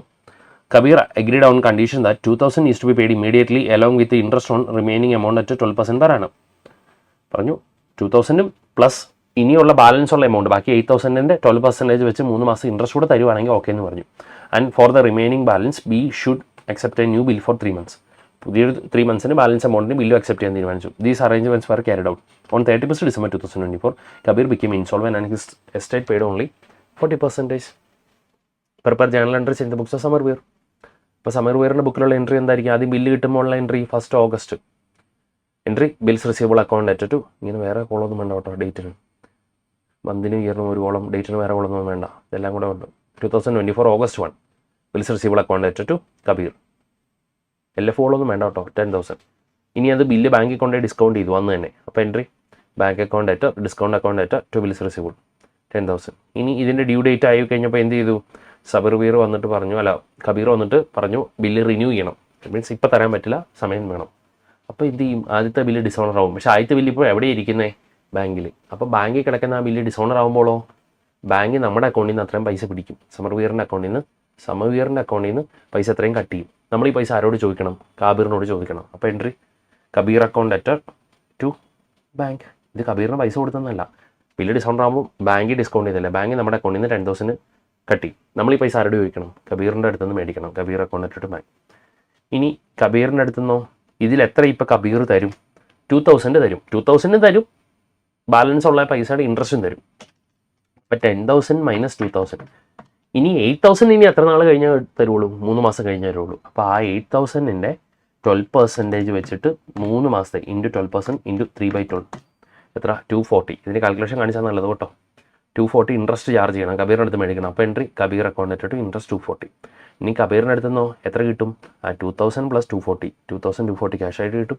ബാക്കി റുപ്പീസിൻ്റെ ബിൽസ് റിസീവബിളും കിട്ടും. അപ്പോൾ entry cash account at 2,240, bills receivable account at 8,000 to Kabir 10,000 240. Then Kabir ഈ ബില്ലിൻ്റെ ഡ്യൂ ഡേറ്റ് ആകുമ്പോഴത്തേനും എന്ത് ചെയ്തു, ഡിസംബർ ആയപ്പോഴത്തേനും ഇൻസോൾവെൻ്റ് ആയി. അപ്പോൾ പിന്നെ ആ ബില്ല് ഡിസോണർ ആവുമല്ലോ. അപ്പോൾ entry Kabir account at to bills receivable 8,000. ഇനി അതിൻ്റെ 40% നമുക്ക് കിട്ടും, ബാക്കി 60% ബാഡറ്റ് ആവും. അപ്പോൾ entry bank account at 40% 3,200, bad debt account at 4,800 to Kabir 8,000. നന്നായിട്ട് എഴുതി പഠിക്കുക. എല്ലാത്തിൽ നിന്നും ഓരോ ക്വസ്റ്റ്യനൊക്കെ വെച്ചിട്ട് അവർ ആഡ് ചെയ്തേക്കുന്നത്. ഇനി അടുത്തത് final accounts and rectification of entries. Final accounts മാത്രം ചെയ്താൽ പോരാ, എന്തോ റെക്ടിഫിക്കേഷനും ഉണ്ട്. Following is the trial balance of messrs Thomas and associates on 31 March 2025. ക്യാപിറ്റലുണ്ട്, എവിടെ എഴുതണം, ബാലൻസ് ഷീറ്റ് ലയബിലിറ്റി. ഡ്രോയിങ്സ് ക്യാപിറ്റലിൽ നിന്ന് കുറയ്ക്കണം. ഫിക്സഡ് അസറ്റ്സ് ഓപ്പണിംഗ് അസറ്റ്സ് ആയിട്ട് കാണിക്കണം, അഡീഷനും അസറ്റ്സ് ആയിട്ട് കാണിക്കണം. അപ്പോൾ ഇത് ടോട്ടൽ അസറ്റ്സ് ആയിട്ട് കാണിക്കുക, എന്നിട്ട് അതിൻ്റെ ഡിപ്രീസിയേഷൻ കുറയ്ക്കണം. ഓപ്പണിംഗ് സ്റ്റോക്ക് ട്രേഡിങ്ങിൻ്റെ ഡെബിറ്റ് സൈഡിൽ. പർച്ചേസസ് ട്രേഡിങ്ങിൻ്റെ ഡെബിറ്റ് സൈഡിൽ. പർച്ചേസ് റിട്ടേൺ പർച്ചേസിൽ നിന്ന് കുറയ്ക്കണം. സെയിൽസ് ട്രേഡിങ്ങിൻ്റെ ക്രെഡിറ്റ് സൈഡിൽ. സെയിൽസ് റിട്ടേൺ സെയിൽസിൽ നിന്ന് കുറയ്ക്കണം. ഡെപ്റ്റേഴ്സ് അസറ്റ് സൈഡിൽ. ക്രെഡിറ്റേഴ്സ് ലയബിലിറ്റി സൈഡിൽ. എക്സ്പെൻസ് P&L ഡെബിറ്റ് സൈഡിൽ. ഫിക്സഡ് ഡെപ്പോസിറ്റ് അസറ്റ് സൈഡിൽ. Interest on fixed deposit P&L credit സൈഡിൽ. Then bank overdraft balance sheet liability സൈഡിൽ. സസ്പെൻസ് അക്കൗണ്ടോ ഇത് ടാലി ആക്കാൻ പറ്റിയില്ലെങ്കിൽ ഇത് ബാലൻസ് ഷീറ്റിൽ ലയബിലിറ്റി സൈഡിൽ, പക്ഷേ ഇത് ടാലി ആവണം. Rent 17 months up to 31/8/2025. 17 മാസത്തെ ഉണ്ട്, പക്ഷേ 12 മാസം റെൻറ്റ് ഈ വർഷം കാണിച്ചാൽ പോരെ, ബാക്കി 5 മാസം പ്രീപെയ്ഡ് ആയിട്ട് മാറ്റണം കേട്ടോ. 31 March 2025 ഉള്ളത് കാണിച്ചാൽ പോരെ. ഇൻവെസ്റ്റ്മെൻറ്റ് 12%, 1824 എത്ര, 18,75,000. റേറ്റും ഉണ്ട്, ഡേറ്റും ഉണ്ട്. ഇൻവെസ്റ്റ്മെൻറ്റ് എന്നാ ഇൻവെസ്റ്റ് ചെയ്തേ, 18,75,000 12% ഇൻട്രസ്റ്റ് വെച്ച് എന്നാ 1824 തൊട്ടിട്ട് ഇപ്പോൾ August September October November December ജനുവരി ഫെബ്രുവരി മാർച്ച് 8 months ആയി. 8 months ഇൻട്രസ്റ്റ് ഇൻറ്റു 8/12 1,50,000 കിട്ടണം. പക്ഷേ ഈ 1,50,000 ഫിക്സഡ് ഡെപ്പോസിറ്റ് ഇൻട്രസ്റ്റിൽ കിട്ടിയിട്ടുള്ളൂ. അപ്പോൾ ഇത്ര അക്രൂഡ് ഇൻട്രസ്റ്റ് ആയിട്ട് എടുക്കണം. Accrued interest on investment 1,50,000. Bank balance sheet അസറ്റ്സിലും കാണിക്കണം. Then stock on 31 March 2025 was valued 7,50,000. ഈ 7,50,000 എവിടെ കാണിക്കണം, ട്രേഡിങ്ങിൻ്റെ ക്രെഡിറ്റ് സൈഡിലും ബാലൻസ് ഷീറ്റ് അസറ്റ് സൈഡിലും. Depreciation is to be provide 10% on fixed asset purchased during year. 10% per annum കൊടുക്കണം. 10% per annum എന്ന് പറയുമ്പോൾ 10,50,000 10%. ഈ 15 lakhന് 10% ഇൻറ്റു 6/12 6 മാസമായിട്ടുള്ളൂ മേടിച്ചിട്ട്, 6 മാസം ഡിപ്രീസിയേഷൻ. അടുത്ത് നോക്ക്, scrutiny of the books revealed the following. എന്തൊക്കെ ചെയ്യാനാണ് ചോദിച്ചേക്കുന്നത്, give necessary journal entries in respect to 1 to 4 and prepare final accounts for the year ending 31 March 2025. 1 to 4 വരെയുള്ളതിൻ്റെ റെക്ടിഫിക്കേഷൻ എൻട്രി എഴുതണം, എന്നിട്ട് ഫൈനൽ അക്കൗണ്ട്സും പ്രിപ്പയർ ചെയ്യണം. ₹1,50,000 ഡ്രോൺ ഫ്രം ബാങ്ക്. 1,50,000 ബാങ്കിൽ നിന്ന് withdraw ചെയ്തു. Was debited to drawings account. അത് drawings account debit ചെയ്തു. ബാങ്കിൽ നിന്ന് പൈസ വിഡ്രോ ചെയ്ത് പേഴ്സണൽ ആവശ്യം കൊണ്ടുവയ്ക്കണം. But out of this amount withdrawn 90,000 was used in the business for day to day expense. അതിലൊരു 90,000 ബിസിനസ്സിന് day to day expenses meet ചെയ്യാൻ വേണ്ടി പേ ചെയ്തതാണ്. അപ്പോൾ ശരിക്കും പറഞ്ഞാൽ ഇത് ഫുള്ള് ഡ്രോയിങ്സ് ആയിട്ട് എഴുതി വെച്ചു. അതിലൊരു 90,000 ശരിക്കും ബിസിനസ് എക്സ്പെൻസ് ആയിരുന്നു. അപ്പോൾ ഇതെന്ത് ചെയ്യണം, ഡ്രോയിങ്സിൽ നിന്ന് 90 കുറച്ചിട്ട് അത് എക്സ്പെൻസ് ആയിട്ട് കാണിക്കണം. അപ്പോൾ rectification entry expenses account at to drawings. അപ്പോൾ ഇത് എന്ത് ചെയ്യണം, ഈ എക്സ്പെൻസ് ഇവിടെ കിടക്കുന്ന എക്സ്പെൻസ് എന്ത് ഈ എക്സ്പെൻസസിൻ്റെ കൂടെ 90 കൂടെ ആഡ് ചെയ്യണം. എന്നിട്ട് ഈ ഡ്രോയിങ്സിൽ നിന്ന് 90,000 കുറയ്ക്കണം. ദെൻ പർച്ചേസസ് അടുത്ത ആൻസർ ആയിപ്പോയില്ല. Purchase goods worth 1,20,000 was not record in the books to 31st March 2025 but the goods were included in stock. Goods മേടിച്ചത് റെക്കോർഡ് ചെയ്യാൻ മറന്നുപോയി. അപ്പോൾ എന്ത് ചെയ്യണം? സ്റ്റോക്ക് കുഴപ്പമില്ല. അപ്പോൾ എന്ത് ചെയ്യണം? ഒരു കടത്തിന് മേടിച്ചത് വിട്ടുപോയെന്ന് കരുതിയാൽ മതി. അപ്പോൾ എൻട്രി പർച്ചേസ് ടു ക്രെഡിറ്റേഴ്സ് അത് മറന്നുപോയി, ഇപ്പോൾ എഴുതണം. അപ്പോൾ ഇത് പർച്ചേസിൻ്റെ കൂടെ ആഡ് ചെയ്യണം, ക്രെഡിറ്റേഴ്സിൻ്റെ കൂടെയും ആഡ് ചെയ്യണം കേട്ടോ. ദെൻ അടുത്തത് purchase return 7,500. Purchase return was record in sales return ചെയ്യണം. സെയിൽസ് റിട്ടേണിൻ്റെ ബുക്കിൽ എഴുതി the amount was correctly posted two parties account on correct side. Purchase return വരുമ്പോൾ എൻട്രി എന്താ? നമ്മൾ ഗുഡ്സ് മേടിച്ചത് തിരിച്ചു കൊണ്ട് കൊടുക്കുന്നു. പാർട്ടി റിസീവർ ഡെബിറ്റ് ചെയ്യണം. പാർട്ടി തന്നെ ഡെബിറ്റ് ചെയ്തു. പക്ഷേ അത് പർച്ചേസ് റിട്ടേണിങ് ക്രെഡിറ്റ് ചെയ്യേണ്ടതിന് പകരം അത് ഏത് ബുക്കിലായിപ്പോയി? സെയിൽസ് റിട്ടേൺ ബുക്കിൽ. സെയിൽസ് റിട്ടേൺ ബുക്കിൽ നിന്ന് സെയിൽസ് റിട്ടേൺ അക്കൗണ്ടിൽ ഡെബിറ്റ് അല്ലേ വരുന്നത്. അപ്പോൾ പാർട്ടിയും ഡെബിറ്റ് വന്നു, സെയിൽസ് റിട്ടേണിനും ഡെബിറ്റ് വന്നേക്കുക. ശരിക്കും പർച്ചേസ് റിട്ടേണിലായിരുന്നു ക്രെഡിറ്റ് വരേണ്ടത്. ഇപ്പോൾ ഡെബിറ്റ് സൈഡിലോ 15,000 വന്നു, ക്രെഡിറ്റ് സൈഡിൽ ഒന്നുമില്ല. അതുകൊണ്ടായിരിക്കും ഈ 50,000 സസ്പെൻസ് വന്നേക്കുന്നത് അല്ലേ. അപ്പോൾ അതിൻ്റെ റെക്ടിഫിക്കേഷൻ എൻട്രി എങ്ങനെ വരും? സസ്പെൻസ് അക്കൗണ്ട് എത്ര 15,000. അപ്പോൾ ആ സസ്പെൻസ് മാറില്ലേ to purchase return. Actually credit ചെയ്യേണ്ട 7,500. സോറി ഇതിനകത്ത് തെറ്റുണ്ടായി. To purchase return 7,500, to sales return 7,500 എന്നാണ് എഴുതേണ്ടത്. Suspense 15,000, to purchase return 7,500, to sales return 7,500. അപ്പോൾ ഇത് പർച്ചേസ് റിട്ടേണിൻ്റെ കൂടെ എന്ത് ചെയ്യണം? 7,500 ആഡ് ചെയ്യണം. എന്നിട്ട് സെയിൽസ് റിട്ടേണിൽ നിന്ന് 7,500 കുറയ്ക്കുകയും വേണം. ക്ലിയർ? എന്നിട്ട് ഈ സസ്പെൻസ് റിമൂവും ചെയ്യണം. ഇത് പർച്ചേസ് റിട്ടേൺ അല്ലേ, പർച്ചേസ് റിട്ടേണിൽ ആഡ് ചെയ്യണം, സെയിൽസ് റിട്ടേണിൽ നിന്ന് കുറയ്ക്കണം, എന്നിട്ട് സസ്പെൻസ് റിമൂവും ചെയ്യണം. അപ്പോൾ ഇനി പുതിയ ബാലൻസ് ഷീറ്റ് സസ്പെൻസ് വരുമോ? ഇല്ല. Then expenses include 45,000 paid in respect of the period after 31st March. അപ്പോൾ അത്രയും ഏത് എക്സ്പെൻസസ്? ഈ കിടക്കുന്ന എക്സ്പെൻസിൽ ഒരു 45,000 പ്രീപെയ്ഡാണ്. അപ്പോൾ അത് entry prepaid expense to expense 45,000. അപ്പോൾ അത് എക്സ്പെൻസിൽ നിന്ന് കുറയ്ക്കണം. എന്ത് ചെയ്യണം? പ്രീപെയ്ഡ് എക്സ്പെൻസ് പറഞ്ഞാൽ അസറ്റ് സൈഡിൽ കാണിക്കാൻ വേണം. ഇനി ഇതെങ്ങനെ എഴുതണം? പറ. ക്യാപിറ്റൽ എടുത്ത് എവിടെ എഴുതണം? 45 lakh. ആദ്യം തന്നെ ഫുള്ള് വരച്ചിട്ടേക്ക്. എന്നിട്ട് ക്യാപിറ്റൽ എടുത്ത് ക്യാപിറ്റൽ എവിടെ എഴുതണം? ബാലൻസ് ഷീറ്റ് ക്യാപിറ്റൽ എന്ന് പറഞ്ഞുകൊണ്ട് 45 lakh. ദെൻ ഡ്രോയിങ്സ് എന്ത് ചെയ്യണം? ക്യാപിറ്റലിൽ നിന്ന് കുറയ്ക്കണം. പക്ഷേ ഡ്രോയിങ്സ് എടുക്കുമ്പോൾ അതിൽ നിന്ന് ഒരു 90,000 കുറച്ചിട്ട് ബാക്കി എടുത്താൽ മതി. ഏത് 90? അഡ്ജസ്റ്റ്മെൻറ്റ് വരുന്നില്ലേ? ദെൻ ഫിക്സഡ് അസറ്റ്സോ ബാലൻസ് ഷീറ്റിൻ്റെ അസറ്റ് സൈഡിൽ കാണിക്കുക. അഡീഷനോ അതിൻ്റെ കൂടെ തന്നെ ആഡ് ചെയ്യുക. ഇതിൽ നിന്ന് ഡിപ്രിസിയേഷൻ കണ്ടുപിടിച്ച് കുറയ്ക്കണം. ദെൻ ഓപ്പണിംഗ് സ്റ്റോക്ക് അവിടെ കാണിക്കണം ട്രേഡിംഗ് അക്കൗണ്ടിൻ്റെ ഡെബിറ്റ് സൈഡിൽ. പർച്ചേസസോ ട്രേഡിംഗ് അക്കൗണ്ടിൻ്റെ ഡെബിറ്റ് സൈഡിൽ കാണിക്കണം. അതിനകത്ത് അഡ്ജസ്റ്റ്മെൻ്റ് ഉണ്ട്. എന്താ? റെക്കോർഡ് ചെയ്യാത്ത പർച്ചേസ് ആഡ് ചെയ്യണം. ദെൻ പർച്ചേസ് റിട്ടേണോ പർച്ചേസിൽ നിന്ന് മൈനസ് ചെയ്യണം. പക്ഷേ അതിനകത്തൊരു അഡ്ജസ്റ്റ്മെൻ്റ് ഉണ്ട്. 7,500 പർച്ചേസ് റിട്ടേൺ റെക്കോർഡ് ചെയ്തിട്ടില്ലല്ലോ. അതുകൂടെ ആഡ് ചെയ്തിട്ടുള്ള റിട്ടേൺ വേണം പർച്ചേസ് ചെയ്ത അവസാനം കുറയ്ക്കാൻ. സെയിൽസ് ട്രേഡിങ്ങിൻ്റെ ക്രെഡിറ്റ് സൈഡിൽ കാണിക്കുക. സെയിൽസ് റിട്ടേൺ സെയിൽസിൽ നിന്ന് കുറയ്ക്കുക. ബട്ട് സെയിൽസ് റിട്ടേണിൽ നിന്ന് ഒരു 7,500 ഒരാവശ്യമില്ല സെയിൽസ് റിട്ടേൺ ആയിട്ട് കാണിച്ചില്ലേ, അത് അഡ്ജസ്റ്റ് ചെയ്ത് ബാക്കിയുള്ള റിട്ടേൺ വേണം കുറയ്ക്കാൻ. ദെൻ ഡെപ്റ്റേഴ്സ് അസറ്റ് സൈഡിൽ, ബാലൻസ് ഷീറ്റിന് അസറ്റ് സൈഡിൽ കുഴപ്പമൊന്നുമില്ല. ക്രെഡിറ്റേഴ്സ് കാണിക്കുമ്പം 16,50,000 ലയബിലിറ്റി സൈഡിൽ. പക്ഷേ അതിനൂടെ റെക്കോർഡ് ചെയ്യാൻ വിട്ടുപോയ പർച്ചേസസ് ഇല്ലേ, അതിൻ്റെ ക്രെഡിറ്റേഴ്സ് കൂടെ കാണിക്കണം. ദെൻ എക്സ്പെൻസസ് P&L ഡെബിറ്റ് സൈഡിൽ കാണിക്കുക. പക്ഷേ P&L ഡെബിറ്റ് സൈഡിൽ കാണിക്കുമ്പോഴോ ഒരു പ്രീപെയ്ഡ് മാറ്റാനുണ്ട്, ഒരു ഡ്രോയിങ്സ് കിടക്കുന്ന കുറച്ച് എക്സ്പെൻസ് ആയിട്ട് മാറ്റാനുണ്ട്. അപ്പോൾ 90 ആഡ് ചെയ്തു, 45 കുറച്ചു. Then expenses, then fixed deposit with bank, അത് ബാലൻസ് ഷീറ്റിന് അസറ്റ് സൈഡിൽ കാണിക്കുക. Then interest on fixed deposit, അത് P&L ക്രെഡിറ്റ് സൈഡിൽ കാണിക്കുക, P&L ക്രെഡിറ്റ് സൈഡിൽ. Then bank overdraft balance ഷീറ്റിൻ്റെ ലയബിലിറ്റി സൈഡിൽ എഴുതുക. ദെൻ സസ്പെൻസ്, അത് അഡ്ജസ്റ്റ്മെൻറ്റ് കഴിയുമ്പോൾ 0 ആവില്ലോ, പിന്നെ എഴുതണ്ട.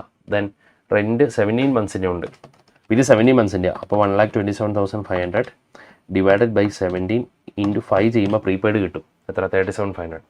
അത് പ്രീപെയ്ഡാണ്. അപ്പോൾ അതെന്ത് ചെയ്യണം? റെൻറ്റിൽ നിന്ന് കുറയ്ക്കണം. എന്ത് ചെയ്യുക? റെൻറ്റിൽ നിന്ന് അത് കുറയ്ക്കണം. അപ്പോൾ എത്ര വരും?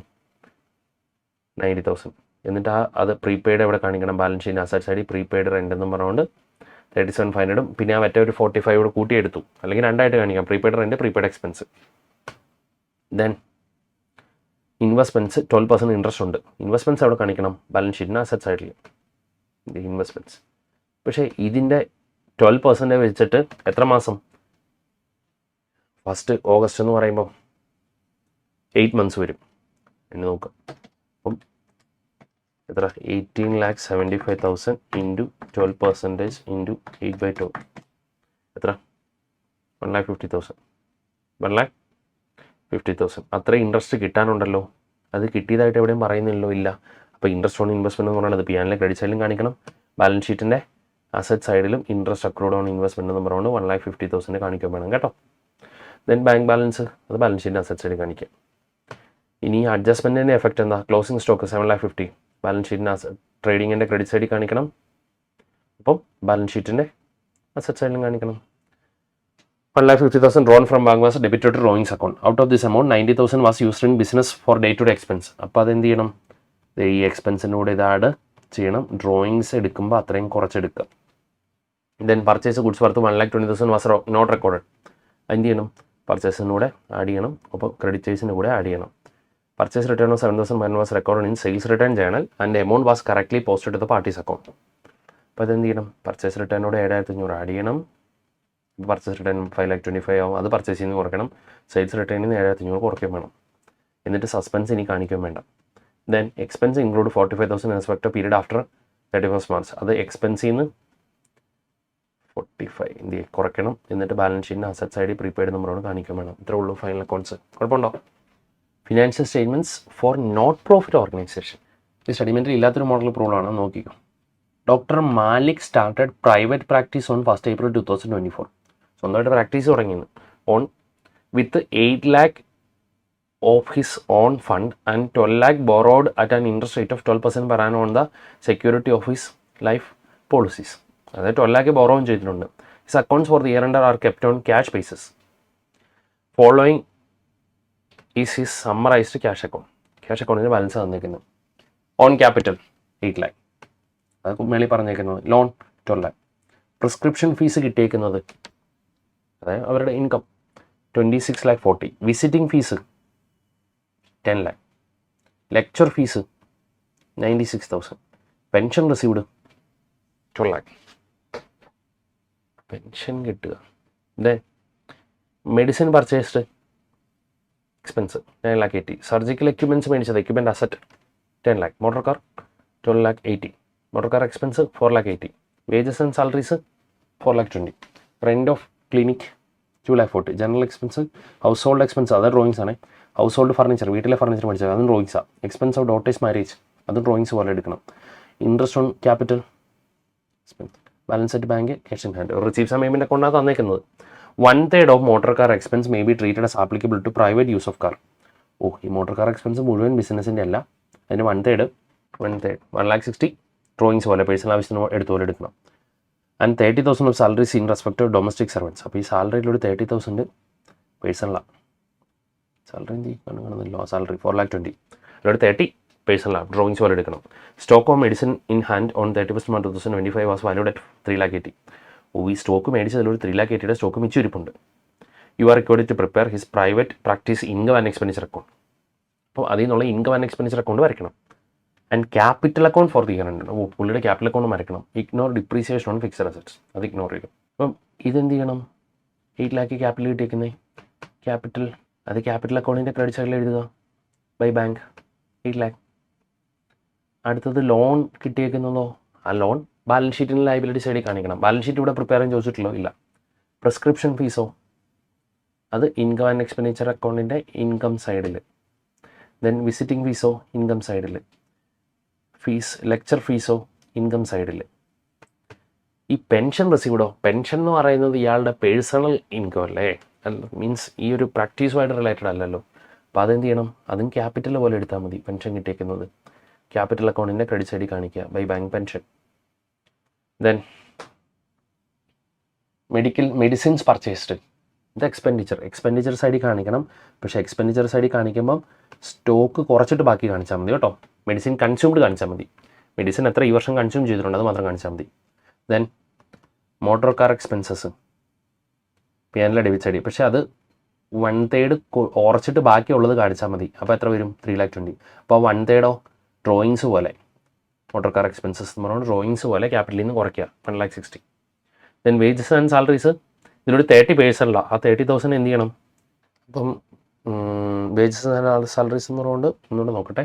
1/3 motor car expense may be treated as applicable to private use of car and 30,000 of salaries are in respect of domestic servants. ഈ 30 എന്നല്ലേ, ഇത് ഒന്നെങ്കിൽ മാറ്റണം 1,20,000 ആക്കണം കേട്ടോ. ഇത് ഒന്നെങ്കിൽ ക്വസ്റ്റിന് 1,20,000 ഡൊമസ്റ്റിക് സർവൻസിൻ്റെ പേഴ്സണലാണെന്നുള്ളത് എടുക്കണം, അല്ല ഒന്നെങ്കിൽ ഈ എമൗണ്ട് 1,20,000 മാറ്റണം, അല്ലെങ്കിൽ ആൻസർ കീയിൽ ഇത് 30 എന്നുള്ള രീതിയിലേക്ക് മാറ്റണം കേട്ടോ. ഇത് 90 ഇത് 1,20,000 കൺസിഡർ ചെയ്യുന്നതായിരിക്കും നല്ലത്. അല്ലെങ്കിൽ ആൻസർ കീയിൽ ഇത് 30 കുറച്ച് ബാക്കി 3,90,000 ഇൻകം ആൻഡ് എക്സ്പെൻഡിച്ചർ സൈഡിലും ഇത് ഡ്രോയിങ്സ് എമൗണ്ട് 30 കാണിച്ചാൽ മതി. അതാ കറക്റ്റ്. ചെറിയ മിസ്റ്റേക്ക് ഉണ്ടായി. ദെൻ സ്റ്റോക്ക് ഓഫ് മെഡിസിൻ അതെന്ത് ചെയ്യണം, കുറയ്ക്കണം. പിന്നെ അടുത്തത് മോട്ടോർ കാർ അസറ്റ് സൈഡിൽ മോട്ടോർ കാർ എക്സ്പെൻസസ് കാണിച്ചു. Wages, rent of clinic expenditure സൈഡിൽ റെൻറ്റ് ഓഫ് ക്ലിനിക് എക്സ്പെൻഡിച്ചർ സൈഡിൽ 2,40,000. Then general charges 1,96,000 expenditure. Household expense അത് ഡ്രോയിങ്സ് പോലെ എടുക്കണം. എവിടെ expenditure drawings. Then household furniture അതും ഡ്രോയിങ്സ് പോലെ ക്യാപിറ്റലിൽ നിന്ന് കുറയ്ക്കണം. Then expense of daughter's marriage അതും ഡ്രോയിങ്സ് പോലെ ക്യാപിറ്റലിൽ നിന്ന് മൈനസ് ചെയ്യാം. ദെൻ ഇൻട്രസ്റ്റ് ഓൺ ലോണോ അത് എക്സ്പെൻഡിച്ചർ സൈഡിൽ കാണിക്കാം. ബാലൻസ് അറ്റ് ബാങ്കോ അത് ബാലൻസ് ഷീറ്റ് അസറ്റ് സൈഡിൽ കാണിച്ചാൽ മതി. ക്യാഷ് ബാലൻസോ അതും balance sheet asset side. Balance sheet ചോദിച്ചിട്ടില്ലോ, ഇല്ല. ഇത് 30 ആകുമ്പോൾ 30 കുറച്ചാൽ മതി കേട്ടോ. അപ്പം ഇതിനകത്ത് ആൻസർ കീയിൽ ശരിക്കും പറഞ്ഞാൽ ഒരു 1,20,000 കുറച്ചു, അപ്പോൾ ഒരു 90 കൂടി വരും. അപ്പം നെറ്റ് ഇൻകം എന്ന് പറയുന്നത് 20,26,000 എന്ന് വരും. ആ 20,26,000 ഇതിനോടെ ആഡ് ചെയ്യുക, ഇത് 30,000 ആക്കി എടുക്കുക, എങ്കിലേ കറക്റ്റ് ആവുള്ളൂ കേട്ടോ. എന്നിട്ട് ക്യാപിറ്റൽ അക്കൗണ്ട് ബാലൻസ് ചെയ്യാം. പ്രൈവറ്റ് പ്രാക്ടീസ് ഇൻകം ആൻഡ് എക്സ്പെൻഡിച്ചറൊക്കെ വരുമ്പോൾ വരയ്ക്കാൻ നമുക്കറിയാം, ഒരു ക്യാപിറ്റലൂടെ വരയ്ക്കാം. ഈ ബാലൻസ് ഷീറ്റും ചോദിച്ചായിരുന്നെങ്കിൽ ബാലൻസ് ഷീറ്റിനകത്ത് നെറ്റ് ക്യാപിറ്റൽ നമ്മൾ ഇത് കാണിച്ചാൽ മതി, ബാക്കി കാണിക്കേണ്ട ഐറ്റംസ് ഒക്കെ കാണിക്കാം. Freeze limited gives to the following information. എന്തൊക്കെ ചോദിക്കുന്നത്? You are required to calculate total sales and total purchase. Total സെയിൽസും ടോട്ടൽ പർച്ചേസും ക്യാഷ് സെയിൽസും ക്യാഷ് പർച്ചേസും തന്നിട്ടുണ്ട്. അപ്പോൾ എന്ത് കണ്ടുപിടിക്കണം? ക്രെഡിറ്റ് സെയിൽസും ക്രെഡിറ്റ് പർച്ചേസസും കൂടെ കണ്ടുപിടിച്ചാൽ മതി. ക്രെഡിറ്റ് സെയിൽസും ക്രെഡിറ്റ് പർച്ചേസും കണ്ടുപിടിക്കണമെങ്കിലോ ഡെപ്റ്റേഴ്സ് അക്കൗണ്ടും ക്രെഡിറ്റേഴ്സ് അക്കൗണ്ടും വരയ്ക്കുക. അപ്പോൾ ഈ പ്രോബ്ലത്തിൽ ശരിക്കും എന്തോ ഉള്ളൂ, ഡെപ്റ്റേഴ്സ് അക്കൗണ്ടും ക്രെഡിറ്റേഴ്സ് അക്കൗണ്ടും മാത്രം വരയ്ക്കാം. ഇപ്പോൾ ഓപ്പണിംഗ് ബാലൻസ് ഓഫ് ഡെപ്റ്റേഴ്സ് എവിടെ കാണിക്കണം? ഡെപ്റ്റേഴ്സ് അക്കൗണ്ടിൻ്റെ ഡെബിറ്റ് സൈഡിൽ എഴുതുക 1,57,500. ഓപ്പണിംഗ് ബാലൻസ് ഓഫ് ക്രെഡിറ്റേഴ്സ് അക്കൗണ്ടിൻ്റെ ക്രെഡിറ്റ് സൈഡിൽ എഴുതുക. Bills received during the year. Bills received കിട്ടുമ്പോൾ എൻട്രി എന്താ? Bills received to debtors. അപ്പോൾ ഡെപ്റ്റേഴ്സ് അക്കൗണ്ടിൻ്റെ ക്രെഡിറ്റ് സൈഡിൽ ബൈ ബിൽസ് റിസീവ്ഡ് നമ്പറാണ് കാണിക്കുക 1,05,750. Then bills payable issued during the year. Bills payable എന്ന് പറഞ്ഞാൽ ക്രെഡിറ്റേഴ്സിന് ബിൽസ് പേയബിൾ ഇഷ്യൂ ചെയ്യുമ്പോൾ ക്രെഡിറ്റേഴ്സ് അക്കൗണ്ട് ഇട്ടിട്ട് ബിൽസ് പേയബിൾ. അപ്പോൾ ക്രെഡിറ്റേഴ്സ് അക്കൗണ്ടിൻ്റെ ഡെബിറ്റ് സൈഡിൽ ബിൽസ് പേയബിൾ നമ്പറാണ് കാണിക്കുക 1,19,250. Then cash received from customers. ഡെപ്റ്റേഴ്സിന് അടുത്ത് ക്യാഷ് കിട്ടുമ്പോൾ ക്യാഷ് അക്കൗണ്ട് ഇട്ടിട്ട് ഡെപ്റ്റേഴ്സ്. അപ്പോൾ ബൈ ക്യാഷ് എന്ന് പറയുന്നത് 3,51,000. Cash paid to suppliers account ഇട്ടിട്ട് ക്യാഷ് അല്ലെങ്കിൽ ബാങ്ക്. സപ്ലൈസ് അക്കൗണ്ടിൻ്റെ ഡെബിറ്റ് സൈഡ് ക്യാഷ് അല്ലെങ്കിൽ ബാങ്ക് 3,87,000. ബാഡപ്സ് റിക്കവർ ചെയ്യുമ്പോൾ എൻട്രി എന്താ? ക്യാഷ് അക്കൗണ്ടിൻ്റെ ബാഡപ്സ് റിക്കവേർഡ്. അത് ഡെപ്റ്റേഴ്സ് അക്കൗണ്ടിൽ കാണിക്കണോ? വേണ്ട, തെറ്റിക്കാൻ വേണ്ടി തന്നേക്കുന്ന. ബിൽസ് റിസീവബിൾ എൻഡോഴ്സ് ടു ക്രെഡിറ്റേഴ്സിന് ബിൽസ് റിസീവബിൾ എൻഡോഴ്സ് ചെയ്യുമ്പോൾ ക്രെഡിറ്റേഴ്സ് അക്കൗണ്ട് ഇട്ടിട്ട് ബിൽസ് റിസീവബിൾ. ക്രെഡിറ്റേഴ്സ് അക്കൗണ്ടിൻ്റെ ഡെബിറ്റ് സൈഡിൽ ബിൽസ് റിസീവബിൾ എത്ര? 60,750. Bills receivable dishonoured by customers. Bills receivable dishonour ആകുമ്പോൾ ഡെപ്റ്റേഴ്സ് അക്കൗണ്ട് ഇട്ടിട്ട് ബിൽസ് റിസീവബിൾ. അപ്പോൾ ഡെപ്റ്റേഴ്സ് അക്കൗണ്ടിൻ്റെ ഡെബിറ്റ് സൈഡിൽ ടു ബിൽസ് റിസീവബിൾ 11,250. ഇനി ഡിസ്കൗണ്ട് അലൗഡ് ബൈ സപ്ലൈസ് നമുക്ക് ഡിസ്കൗണ്ട് അലോ എന്ന് പറഞ്ഞാൽ നമുക്ക് ഡിസ്കൗണ്ട് റിസീവ്ഡ്. ക്രെഡിറ്റേഴ്സ് അക്കൗണ്ട് ഇട്ടിട്ട് ഡിസ്കൗണ്ട് റിസീവ്ഡ്. അപ്പോൾ ക്രെഡിറ്റേഴ്സ് അക്കൗണ്ടിൻ്റെ ഡെബിറ്റ് സൈഡിൽ discount received. Then discount allowed to customers. Discount allowed to debtors അക്കൗണ്ടിൻ്റെ ക്രെഡിറ്റ് സൈഡിൽ discount allowed. Then endorsed bills receivable dishonoured. പറഞ്ഞാൽ ഡെപ്റ്റേഴ്സിൻ്റെ അടുത്ത് നിന്ന് കിട്ടി, അത് ക്രെഡിറ്റേഴ്സിന് എൻഡോഴ്സ് ചെയ്ത് ബില്ല്. അത് ഡിസോണർ ആകുമ്പോഴോ ഡെപ്റ്റേഴ്സ് അക്കൗണ്ട് ഇട്ടിട്ട് ക്രെഡിറ്റേഴ്സ്. ഡെപ്റ്റേഴ്സ് അക്കൗണ്ടിൻ്റെ ഡെബിറ്റ് സൈഡിൽ ടു ക്രെഡിറ്റേഴ്സ് അക്കൗണ്ടിൻ്റെ ക്രെഡിറ്റ് സൈഡിൽ by debtors. Is it clear? Sales return വരുമ്പോൾ എൻട്രി സെയിൽസ് റിട്ടേൺ അക്കൗണ്ട് ഇട്ടിട്ട് ഡെപ്റ്റേഴ്സ്. അപ്പോൾ ഡെപ്റ്റേഴ്സ് അക്കൗണ്ടിൻ്റെ ക്രെഡിറ്റ് സൈഡിൽ sales return. Then bills receivable discounted. അപ്പോൾ എൻട്രി ബാങ്ക് അക്കൗണ്ട് എത്ര ഡിസ്കൗണ്ട് അക്കൗണ്ട് ഇട്ടിട്ട് ബിൽസ് റിസീവബിൾ. അത് ഡെപ്റ്റേഴ്സിനും ക്രെഡിറ്റേഴ്സിലും എഴുതണ്ടല്ലോ, വേണ്ട. Discounted bills receivable discounted bills receivable dishonoured അതുകൂടെ എഴുതും. ഡിസോണറായി. അപ്പോൾ എൻട്രി എന്തായിരിക്കും? ഡെപ്റ്റേഴ്സ് അക്കൗണ്ട് ഇട്ടിട്ട് ബാങ്ക്. അപ്പോൾ ഡെപ്റ്റേഴ്സ് അക്കൗണ്ടിൻ്റെ ഡെബിറ്റ് സൈഡിൽ ടു ബാങ്ക് 4,500. ദെൻ ക്യാഷ് സെയിൽസും ക്രെഡിറ്റ് സെയിൽസ്. ക്യാഷ് അക്കൗണ്ടിൻ്റെ സെയിൽസ്. ഡെപ്റ്റേഴ്സ് വേണ്ട. ക്യാഷ് പർച്ചേസ് ടു ക്യാഷ് വേണ്ട. ഡെപ്റ്റേഴ്സിന് ക്ലോസിംഗ് ബാലൻസ് ഡെപ്റ്റേഴ്സ് അക്കൗണ്ടിൻ്റെ ക്രെഡിറ്റ് സൈഡിൽ ബാലൻസ് ക്യാരി ഡൗൺ.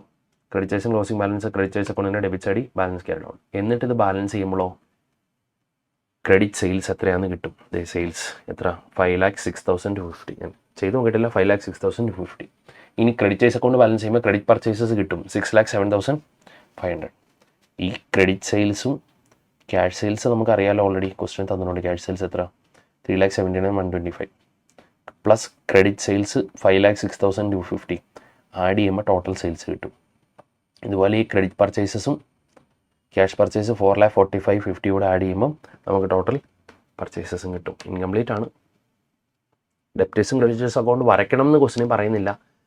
ചോദിച്ചേക്കുന്നത് എന്താ? ടോട്ടൽ സെയിൽസ് എന്ന് പറഞ്ഞാൽ എന്താ? Cash sales plus credit sales. Cash sales തന്നിട്ടുണ്ട്. അപ്പോൾ എന്ത് കണ്ടുപിടിക്കേണ്ട? ക്രെഡിറ്റ് സെയിൽസ് പൊതുവെ ഏത് അക്കൗണ്ടിലാണ്? ഡെപ്റ്റേഴ്സ് അക്കൗണ്ടിൽ നിന്ന്. അപ്പോൾ ക്രെഡിറ്റ് പർച്ചേസസും കണ്ടുപിടിക്കണം ക്രെഡിറ്റേഴ്സ് അക്കൗണ്ടിൽ നിന്ന്. അപ്പോൾ അത് രണ്ടും വരയ്ക്കണം. അപ്പോൾ ഈ ബാഡ് ഡെപ്റ്റ്സ് റിക്കവേർഡോ എഴുതേണ്ടാത്ത എന്നതാ? ക്യാഷ് ടു ബാഡ് ഡെപ്റ്റ്സ് റിക്കവേർഡോ ഉള്ളൂ അതിന് എൻട്രി. ബിൽസ് ഡിസ്കൗണ്ട് ചെയ്ത് തന്നെ എഴുതാത്ത? Bank to discount, bank account debtor, discount account എന്നിട്ട് ബിൽസ് റിസീവബിൾ, അത് ഡെപ്റ്റേഴ്സിൽ എഴുതണോ? Is it clear? ഒരു ഡെപ്റ്റേഴ്സും ക്രെഡിറ്റേഴ്സും വരയ്ക്കാനുള്ള ജേണൽ എൻട്രീനെ കുറിച്ചൊരു ബോധം ഉണ്ടായി കഴിഞ്ഞാൽ നമുക്കിത് ചെയ്യാൻ പറ്റുന്നതാണ്. ദെൻ ഇനി പാർട്ണർഷിപ്പിൻ്റെ കുറച്ച് പ്രോബ്ലംസ്. അതായത് എല്ലാ ചാപ്റ്ററിൽ നിന്നും ഒരു ക്വസ്റ്റ്യൻസ് ഒക്കെയിലും വരുന്ന പോലെ ഒന്ന് ലാസ്റ്റ് 3 റിവിഷന് വേണ്ടി തന്നിരിക്കുന്നത്. ചിലപ്പോൾ ഇതിൽ നിന്ന് ഏതെങ്കിലുമൊക്കെ ക്വസ്റ്റ്യൻസ് എക്സാമിന് കാണാം, ചിലപ്പോൾ 1-2 ക്വസ്റ്റ്യൻസ് ഒക്കെ എക്സാമിന് ഡിറ്റോ ക്വസ്റ്റ്യൻസ് കാണാം. Okay. Retirement of partner.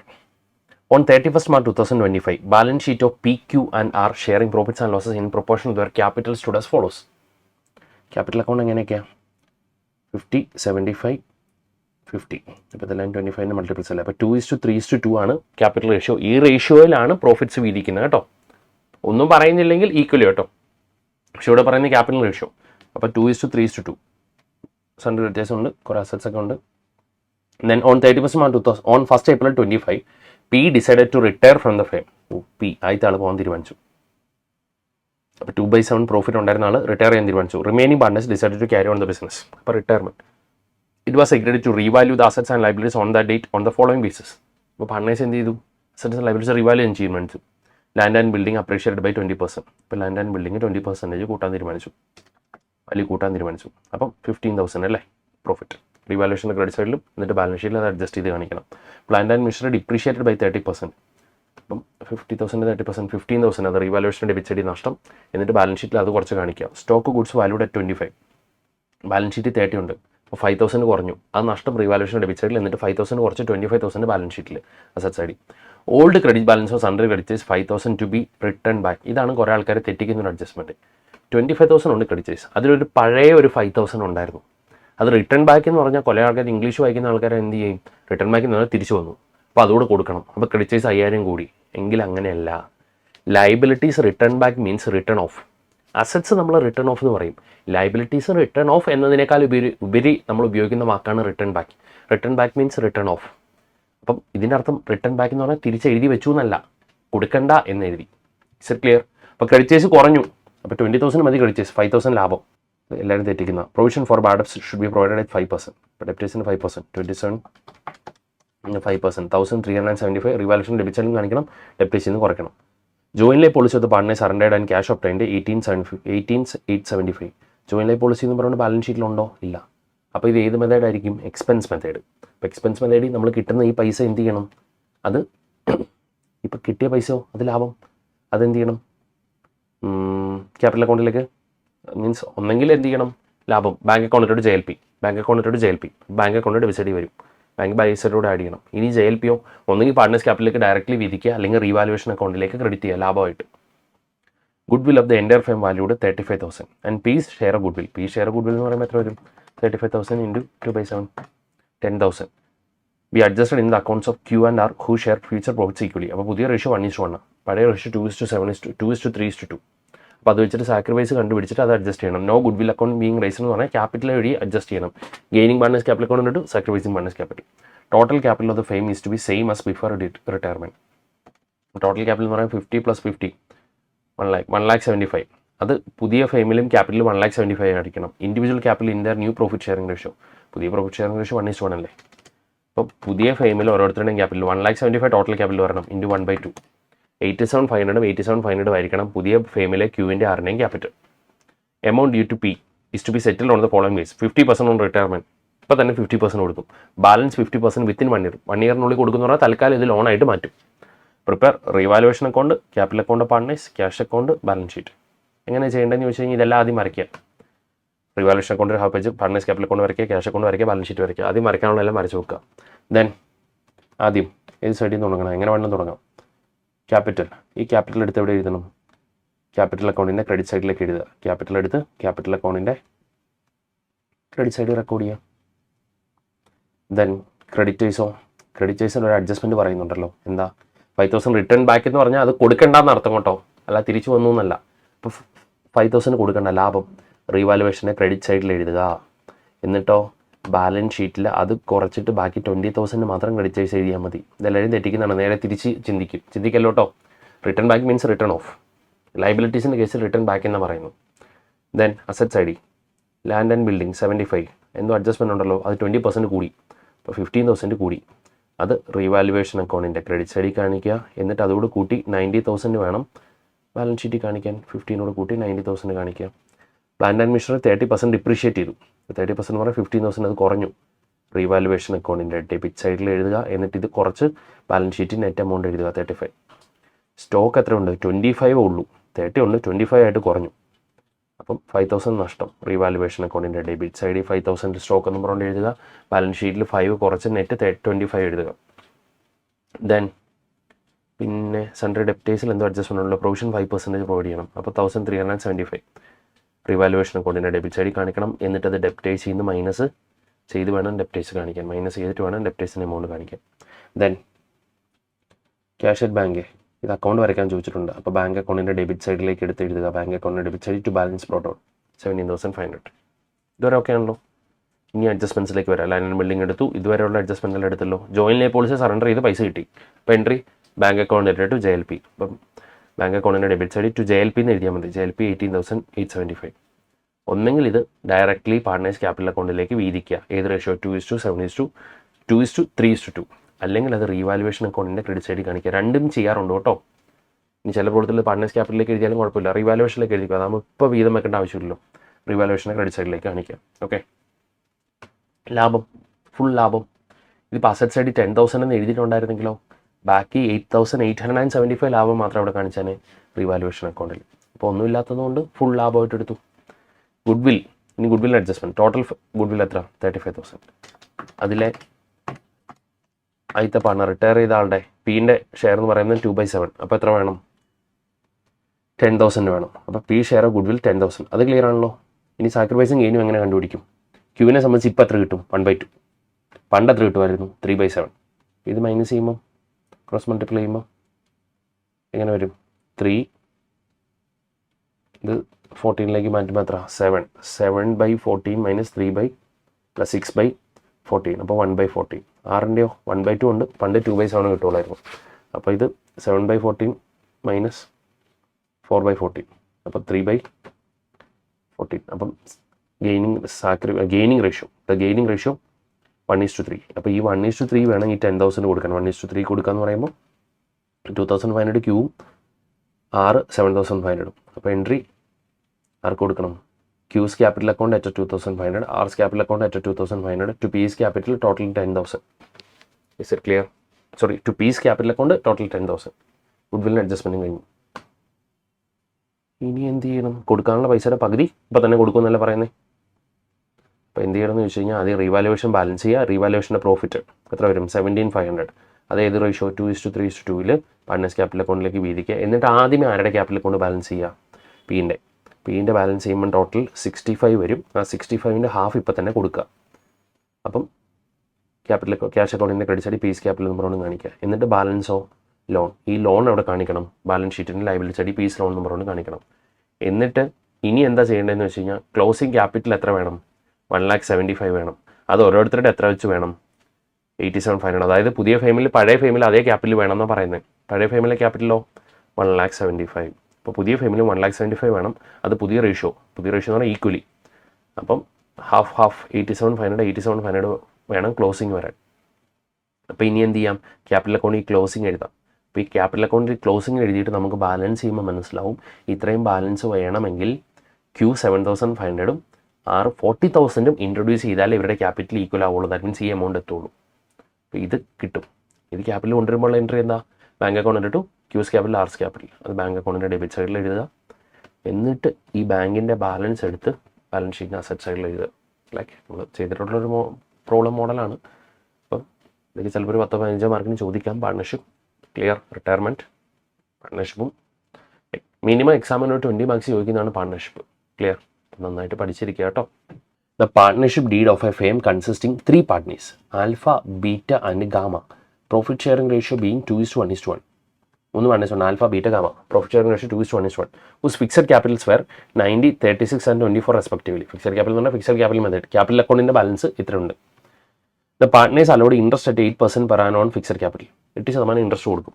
But no interest is allowed on undrawn profits or charge on drawings. അതായത് കറണ്ട് അക്കൗണ്ടിൻ്റെ ബാലൻസിൽ ഡ്രോയിങ്സിനൊന്നും ഇൻട്രസ്റ്റ് വരില്ല എന്ന്. That upon death of a partner the goodwill of the firm will be valued at 2 years purchase of the average net profits after charging interest on capital for the 3 years to 31st December preceding the death of a partner. ഒരാൾ മരിച്ചു കഴിഞ്ഞാലോ share of goodwill കൊടുക്കണം. എങ്ങനെ? Net profit എടുത്തിട്ട്, ഏത് interest on capital charge ചെയ്തതിന് ശേഷമുള്ള net profit എടുത്തിട്ട് എന്ത് ചെയ്യണം? നമ്മൾ ഗുഡ്വിൽ വാല്യൂ ചെയ്തിട്ട് ആ ഷെയർ കൊടുക്കണം. ഏത്? കഴിഞ്ഞ 3 വർഷത്തെ, ഡെത്ത് നടക്കുന്നതിന് മുമ്പത്തെ 3 വർഷത്തെ. That an insurance policy of 75,000 each be taken in the individual name of partners. ഓരോ പാർട്ട്നേഴ്സിൻ്റെ പേരിൽ 75,000 നമ്മൾ പോളിസി എടുത്തിട്ടുണ്ട്, joint policy. Premium was charge against the profits of the firm എന്ന് പറഞ്ഞാൽ എക്സ്പെൻസ് മെത്തേഡിലാണ് ഫോളോ ചെയ്തേക്കുന്നത്. Surrender value policy was 20% sum insured. അപ്പോൾ ഇതിൻ്റെ 20% ആണ് 3 പേർക്ക് സെപ്പറേറ്റ് പോളിസി എടുത്തേക്കുന്നത്. അപ്പോൾ ഒരാൾ മരിച്ച അയാളുടെ 75 കിട്ടും, ബാക്കിയുള്ളവരുടെ സറണ്ടർ ചെയ്താൽ അതിൻ്റെ 20% 15,000 വെച്ച് കിട്ടും. That upon death he's to be credit with his share of profit കൊടുക്കണം, ഇൻട്രസ്റ്റ് ഓൺ ക്യാപിറ്റൽ കൊടുക്കണം. Calculate up to 31st December following his death. Death എന്ന് നടന്നാലും സെറ്റിൽമെൻറ്റ് എന്നായിരിക്കും? 31st December that the share of partnership JLP, partnership policy എന്ന് പറഞ്ഞാൽ JLP and goodwill is to be credited deceased മരണം 31st December following his death. Death എന്ന് നടന്നാലും 31st December settle ചെയ്യുള്ളൂ. The partnership books are to be closed annually on 31st December. Alpha died on 30 September 2024. ഒന്ന് മരിച്ച്. The amount standing to the credit of his current account on 31st March 2023 was 15,000 ഉണ്ടായിരുന്നു current അക്കൗണ്ടിൻ്റെ balance. അന്ന് വരെയുള്ള ഡ്രോയിങ്സോ he had withdrawn 45,000 from business. Drawings 45. An unrecorded liability of 18,000 was discovered on 30 September and it was decided to record it and immediately paid off. അപ്പോൾ revaluation കഴിഞ്ഞപ്പോൾ unrecorded liability വന്നു, 18,000 നമ്മളത് പേയും ചെയ്യണം വന്നു. അപ്പോൾ revaluation loss 18,000. The trading results of the firm had been as follows. 3 വർഷം profit, 4ാമത്തെ വർഷം same. 2 വർഷം പ്രോഫിറ്റ്, 3ാമത്തെ വർഷം ലോസ്, 4ാമത്തെ വർഷം പ്രോഫിറ്റ്. മരിച്ചത് ഏത് വർഷം? ഈ വർഷം. മരിച്ച വർഷത്തെ ഡിസംബർ വരെയുള്ള പ്രോഫിറ്റ് തന്നിട്ടുണ്ട് കേട്ടോ. You are required to prepare an account showing the amount due to Alpha's legal heir. ആൽഫയുടെ ലീഗൽ ഹെയർസിന് എത്ര രൂപ കൊടുക്കാനുണ്ടെന്ന് കാണിക്കുന്ന ഒരു സ്റ്റേറ്റ്മെൻറ്റ് വരയ്ക്കുക. എന്ന് പറഞ്ഞാൽ ആൽഫയുടെ ക്യാപിറ്റൽ അക്കൗണ്ട് വരച്ചാലും മതി. Impact for unrecorded liability not to be given in earlier years. പണ്ടൊന്നും അഡ്ജസ്റ്റ് ചെയ്ത് കാണിക്കേണ്ട ആവശ്യമൊന്നും ഇല്ലെന്ന്. ഇതുവരെ മീൻസ് ഈ പ്രോഫിറ്റിലേക്ക് അഡ്ജസ്റ്റ് ചെയ്യേണ്ട ആവശ്യമില്ലെന്ന്. ഇപ്പോൾ ഇവിടെ എന്ത് ചെയ്യണം? ഏത് അക്കൗണ്ട് വരയ്ക്കണം എന്ന് വെച്ചാൽ ആൽഫയുടെ ക്യാപിറ്റൽ അക്കൗണ്ട് വരയ്ക്കണം. ആൽഫയുടെ ക്യാപിറ്റൽ അക്കൗണ്ട് വരയ്ക്കുമ്പോഴോ ക്യാപിറ്റൽ ബാലൻസ് എത്രയാണ്? ആൽഫയുടെ ക്യാപിറ്റൽ അക്കൗണ്ട് 90,000. ആൽഫയുടെ ക്യാപിറ്റൽ അക്കൗണ്ടിൻ്റെ ബാലൻസ് 90,000 എന്ത് ചെയ്യണം? ക്രെഡിറ്റ് സൈഡിൽ കാണിക്കണം. ക്യാപിറ്റൽ അക്കൗണ്ടിന് ക്രെഡിറ്റ് സൈഡിൽ കാണിക്കണം. Then next interest on capital 18% കൊടുക്കണം. എന്ന് ഡിസംബർ വരെ കൊടുക്കണം. അപ്പം 18% ഇതിന് ഇൻട്രസ്റ്റ് എന്ന് പറയുമ്പോൾ എത്ര വരും? 90,000ൻ്റെ 18%. 18% ആണോ? 8%, സോറി. 90,000ൻ്റെ 8%, 7,200 ഇൻട്രസ്റ്റ് ഓൺ ക്യാപിറ്റലായിട്ട് പുള്ളിക്ക് കൊടുക്കണം. അപ്പോൾ ഇൻട്രസ്റ്റ് ഓൺ ക്യാപിറ്റൽ എന്ന് പറഞ്ഞുകൊണ്ട് എത്ര? കേരള പ്രൊഫഷനിൽ 7,200. ഇനി ഗുഡ്വിൽ നമ്മൾ വാല്യൂ ചെയ്യണ്ടേ? ഗുഡ്വിൽ വാല്യൂ ചെയ്യുമ്പോൾ ലാസ്റ്റ് 3 വർഷത്തെ എന്ത് ഇൻട്രസ്റ്റ് ഓൺ ക്യാപിറ്റൽ 8% വെച്ച്. അപ്പം ലാസ്റ്റ് 3 വർഷത്തെ ആവറേജ് പ്രോഫിറ്റ് കണ്ടുപിടിക്കണം. ലാസ്റ്റ് 3 വർഷത്തെ average profit before charging interest ഇത്ര, ഇൻട്രസ്റ്റ് കുറച്ചതിന് ശേഷം ഇത്ര. അല്ലെങ്കിൽ ഇങ്ങനെ ചെയ്യുന്നതിന് പകരം ആദ്യം തന്നെ ഇതിൻ്റെ ആവറേജ് എടുക്കുക. 88,20 പ്ലസ് 79,410 മൈനസ് 24,960. 3 വർഷത്തെ 88,020 പ്ലസ് 79,410 മൈനസ് 24,960. ഡെത്ത് നടക്കുന്നതിന് മുമ്പത്തെ 3 വർഷം എടുത്താൽ മതി. ഡിവൈഡഡ് ബൈ 3 47,490 കിട്ടും. 47,490. അതിൽ നിന്ന് 12,000 ആവറേജ് പ്രോഫിറ്റ് കുറയ്ക്കുക. അപ്പോൾ എത്ര വരും? 35,490. അങ്ങനെയും കണ്ടുപിടിച്ചാൽ മതി കേട്ടോ. ഇത് ഓരോന്നിൽ നിന്ന് കുറച്ചിട്ട് ആവറേജ് പ്രോഫിറ്റ് ഇത്ര വരും. നമ്പർ ഓഫ് ഇയേഴ്സ് പർച്ചേസോ ഇൻറ്റു 2 എത്ര? 70,980 വരും. ഇതാണ് 70,980. ഇതിൽ ആൽഫയുടെ ഷെയർ എന്ന് പറയുമ്പോൾ എത്ര വരും? ആൽഫയുടെ ഷെയർ ഓഫ് ഗുഡ്വിൽ 2/4 ഇൻറ്റു 2/4 എത്ര വരും? 35,490. അത് ബാക്കിയുള്ള 2 പേരോട് കൊടുക്കണം. അപ്പോൾ alpha share of good will buy beta and gamma എന്ന് പറഞ്ഞുകൊണ്ട് രണ്ടുപേരുടെ ക്യാപിറ്റലിൽ നിന്ന് ഇത്ര അഡ്ജസ്റ്റ് ചെയ്യണം. Is it clear? Share of good will കിട്ടി. ഇനി ഷെയർ ഓഫ് ഗുഡ് വിൽ കൊടുക്കണം, പിന്നെന്താ ഇൻട്രസ്റ്റ് ഓൺ ക്യാപിറ്റൽ കൊടുക്കണം, പിന്നെ JLPയുടെ ഷെയർ. JLPയുടെ ഷെയർ എന്ന് പറയുമ്പോൾ എത്രയായിരിക്കും? മരിച്ച പുള്ളിക്ക് 75 കിട്ടും, ബാക്കി രണ്ടുപേരുടെയും 15,000 വെച്ച് 20% അല്ലേ. ടോട്ടൽ JLP നിന്ന് 1,05,000 കിട്ടും. 1,05,000 ഇൻറ്റു 2/4 52,500 ആയിരിക്കും JLPയുടെ ഷെയർ. എന്ന് പറഞ്ഞാൽ ഓരോരുത്തരുടെ പേരിൽ സെപ്പറേറ്റ് പോളിസി അവർ തന്നെയല്ലേ എടുത്തേക്കുന്നത്, ഫേമ എടുത്തേക്കുന്നത്. അപ്പോൾ ഈ ഡെത്ത് നടന്ന ആളുടെ എല്ലാവരുടെയും പൈസ ഫെയിമിലേക്ക് കിട്ടും. അങ്ങനെ ഫെയിമിലേക്ക് ടോട്ടൽ JLP എന്ന് പറയുന്നത് എത്ര കിട്ടും? JLPയുടെ ഷെയർ എന്ന് പറയുന്നത് ഫെയിമിലേക്ക് ടോട്ടൽ എത്ര കിട്ടും എന്ന് ചോദിച്ചു കഴിഞ്ഞാൽ ടോട്ടൽ അതിനൊരു വർക്കിംഗ് ചെയ്താൽ നല്ലതായിരിക്കും. ടോട്ടൽ JLPയുടെ ഷെയർ മരിച്ച ഒരാളുടെ 75,000, ബാക്കി രണ്ടുപേരുടെ 15,000 വെച്ച്, അങ്ങനെ ടോട്ടൽ 1,05,000. അത് ഇൻറ്റു 2/4 52,500 JLPയുടെ ഷെയർ. ഇതുവരെ ക്ലിയർ ആണല്ലോ അല്ലേ? ഇനി എന്തുകൂടെ കൊടുക്കണം? ഷെയർ ഓഫ് പ്രോഫിറ്റ് കൊടുക്കണം. ഷെയർ ഓഫ് പ്രോഫിറ്റ് എങ്ങനെ കണ്ടുപിടിക്കും? ഷെയർ ഓഫ് പ്രോഫിറ്റ് എടുക്കുമ്പോൾ ഈ വർഷത്തെ ഷെയർ ഓഫ് പ്രോഫിറ്റ്, ഈ വർഷത്തെ പ്രോഫിറ്റ് നമുക്കറിയാലോ, ക്വസ്റ്റിന് തന്നിട്ടുണ്ട്. ഈ വർഷത്തെ പ്രോഫിറ്റ് 40,410 40,410 ഇവിടെ തന്നിട്ടുണ്ട്. 40,410. അതിൽ നിന്ന് ഇൻട്രസ്റ്റ് ഓൺ ക്യാപിറ്റൽ എത്ര? എല്ലാവരുടെയും ഇൻട്രസ്റ്റ് ഓൺ ക്യാപിറ്റൽ, എല്ലാവരുടെയും ക്യാപിറ്റലിന് ടോട്ടൽ ഇൻറ്റു 8% അല്ലേ. അപ്പം 90,000 പ്ലസ് 36,000 പ്ലസ് 24,000 1,50,000 ഇൻറ്റു 8% 12,000 ഇൻട്രസ്റ്റ് കുറയ്ക്കുക. അപ്പം ഇൻട്രസ്റ്റ് കുറച്ച് കഴിയുമ്പോൾ എത്ര ബാലൻസ് വരും? Net profit 28,410. 28,410ൻ്റെ ഹാഫ് 2/4 18,000 14,205. അത് by P and L appropriation എന്ന് പറയുന്നത് ഷെയർ ഓഫ് പ്രോഫിറ്റ് 14,205 അതും കൊടുക്കുക. പിന്നെയോ കറണ്ട് അക്കൗണ്ടിൻ്റെ ബാലൻസ്, പിന്നെ ഒരു അൺറെക്കോർഡഡ് ലൈബിലിറ്റി 18,000 വന്നു, നമ്മൾ പേ ചെയ്തു എന്ന് പറഞ്ഞില്ലേ. അപ്പോൾ അതൊരു റീവാലുവേഷൻ ലോസ് പോലെ വരും. അപ്പോൾ റീവാലുവേഷൻ ലോസ് 18,000ൻ്റെ റീവാലുവേഷൻ ലോസ് ഇൻറ്റു 2/4 9,000 എന്ത് ചെയ്യണം? പി ആൻഡ് അഡ്ജസ്റ്റ്മെൻറ്റ് അല്ലെങ്കിൽ റീവാലുവേഷൻ എന്ന് പറഞ്ഞുകൊണ്ട് കാണിച്ചാൽ മതി. 9,000 പ്രോഫിറ്റിൽ നിന്ന് അഡ്ജസ്റ്റ് ചെയ്യണം. ഇനി കറണ്ട് അക്കൗണ്ടിൽ എത്ര ബാലൻസ് ഉണ്ടെന്നാണ് പറഞ്ഞേ? 15,000. He had withdrawn 45,000 from business എന്നല്ലേ പറഞ്ഞത്. പക്ഷേ ഇവരിത് 90,000 എന്ന് പറഞ്ഞുകൊണ്ട് എടുത്തേക്കുന്നത്. കറണ്ട് അക്കൗണ്ടിൻ്റെ ബാലൻസ് എത്രയായിരിക്കും? 15 ഉണ്ട്, പക്ഷേ 45 വിഡ്രോ ചെയ്തിട്ടുണ്ട്. അപ്പം നെറ്റ് ബാലൻസ് എന്ന് പറയുന്നത് ഇങ്ങോട്ട് തരാനുണ്ട് ഒരു 30,000 അല്ലേ. ആ 30,000 ഇവിടെ കാണിക്കണം കേട്ടോ, ക്യാപിറ്റലിൽ നിന്ന് അഡ്ജസ്റ്റ് ചെയ്യേണ്ടത്. ഇതിനകത്തൊരു ചെറിയ മിസ്റ്റേക്ക് ഉണ്ട്. ഒന്നെങ്കിൽ ഇത് ഡ്രോയിങ്സ് 45 വരെ 90 എന്ന് തരണമായിരുന്നു. ഇത് 45 തന്നിരിക്കുന്ന സ്ഥിതിക്ക് എന്ത് ചെയ്യണം? 45 - 50 ഒരു 30,000 ഉണ്ട്. അതുകൂടെ ക്യാപിറ്റലിൽ നിന്ന് നമ്മൾ റിക്കവർ ചെയ്യണം, ഡ്രോയിങ്സ് അഡ്ജസ്റ്റ് ചെയ്തിട്ടുള്ളത്. അല്ലെങ്കിൽ എന്ത് ചെയ്യണമെന്ന് വെച്ച് കഴിഞ്ഞാൽ കറണ്ട് അക്കൗണ്ട് ക്രെഡിറ്റ് സൈഡിൽ കാണിക്കണം, ഡ്രോയിങ്സ് ഡെബിറ്റ് സൈഡിൽ കാണിക്കണം. പക്ഷേ ഇത് തെറ്റാട്ടോ. ഇത് ശരിക്കും പറഞ്ഞാൽ 45 50 എന്നല്ല ക്വസ്റ്റ്യൻ തന്നേക്കുന്നത്. അപ്പോൾ 30,000 വരും. ക്ലിയർ? ആ 30,000 ആണ് എന്ത് ചെയ്യേണ്ടത്? ഇവിടെ അഡ്ജസ്റ്റ് ചെയ്യേണ്ടത്. കാൽക്കുലേഷൻ മിസ്റ്റേക്സ് കുറച്ച് വരുന്നുണ്ട്. അപ്പോൾ ക്യാപിറ്റലിൻ്റെ ബാലൻസ് എടുക്കുമ്പോൾ എന്ത് ചെയ്യണമെന്ന് ചോദിച്ചു കഴിഞ്ഞാൽ ഒരു 45 കൂടുതലായത്. ഒരു 45 കുറച്ച് ബാക്കിയുള്ള എമൗണ്ട് ആയിരിക്കണം ഇവിടെ വരേണ്ടത് കേട്ടോ. Is it clear? അല്ലെങ്കിൽ ക്വസ്റ്റ്യനിലെ ഈ ഡ്രോയിങ്സ് 45 വരും, 90 തരുവാണ്. ഓക്കെ, ഡ്രോയിങ്സ് 45 45 - 50 30,000 ഉണ്ട്. അതുകൂടെ ക്യാപിറ്റലിൽ നിന്ന് റിക്കവർ ചെയ്യണം. ഇപ്പം ഇവിടെ വരേണ്ട എമൗണ്ട് ശരിക്കും പറഞ്ഞാൽ 1,15,395. ഡ്രോയിങ്സ് ഇവിടെ എത്ര കുറച്ചിട്ട്? 75 കുറച്ചിട്ടില്ലേ? ശരിക്കും 30 കുറച്ച് വന്നിരുന്നു. പ്ലസ് 45 1,60,395 എന്ന് വന്നേനെ കേട്ടോ. ഇത്രയൊക്കെയാണ് നമുക്ക് അതിനകത്ത് വന്നിരിക്കുന്നത്. ഏത് പാർട്ട്ണർഷിപ്പിൽ നിന്ന്. ഇനി ഏതായിരിക്കും? Issue redemption of shares. ഇനി കമ്പനി അക്കൗണ്ട്സിൻ്റെ ഏതാ? Issue and redemption of shares. പൊതുവേ എക്സാമിന് ഒരു 25 മാർക്സ് ചോദിക്കുന്നതാണ് ഏത്? ഈ കമ്പനി അക്കൗണ്ട്സ്. അതിലൊരു 15 മാർക്സ് പൊതുവേ ചോദിക്കുന്ന ഈ ഷെയറിൻ്റെ യൂണിറ്റിൽ നിന്നായിരിക്കും. A limited is A company with an authorised share capital of 2,50 lakh. Equity shares ₹10 each. അപ്പം നമ്പർ പറയുകയാണെങ്കിൽ 25 lakh ഇക്വിറ്റി ഷെയർസ് ഉണ്ട് authorised. Of is 15 lakh shares have been issued and fully paid up on 31st March 2025. അതിൽ 15 lakh already fully paid up ആണ്. The company proposed to make a further issue of 3,37,500 of these ₹10 shares at a price of 14 each. ഇനി ഈ ഒരു company എന്ത് ചെയ്യുവാണ്? ഒരു 3,37,500 പുതിയ share issue വേണ്ടി തീരുമാനിച്ചു. The payment being ₹2 per share payable on application. Application സമയത്തോ 2 രൂപ വെച്ച് കൊടുക്കണം. To be received by 31st May. Allotment 10th ജൂണിലാണ്. അന്ന് 5 രൂപ വെച്ച് തരണം, ഇൻക്ലൂഡിങ് പ്രീമിയം. അപ്പോൾ പ്രീമിയം 4 ഇൻക്ലൂഡഡ്. അപ്പോൾ അലോട്ട്മെൻറ്റ് 5, അതിൽ പ്രീമിയം 4, അപ്പോൾ ബാക്കി ക്യാപിറ്റൽ 1.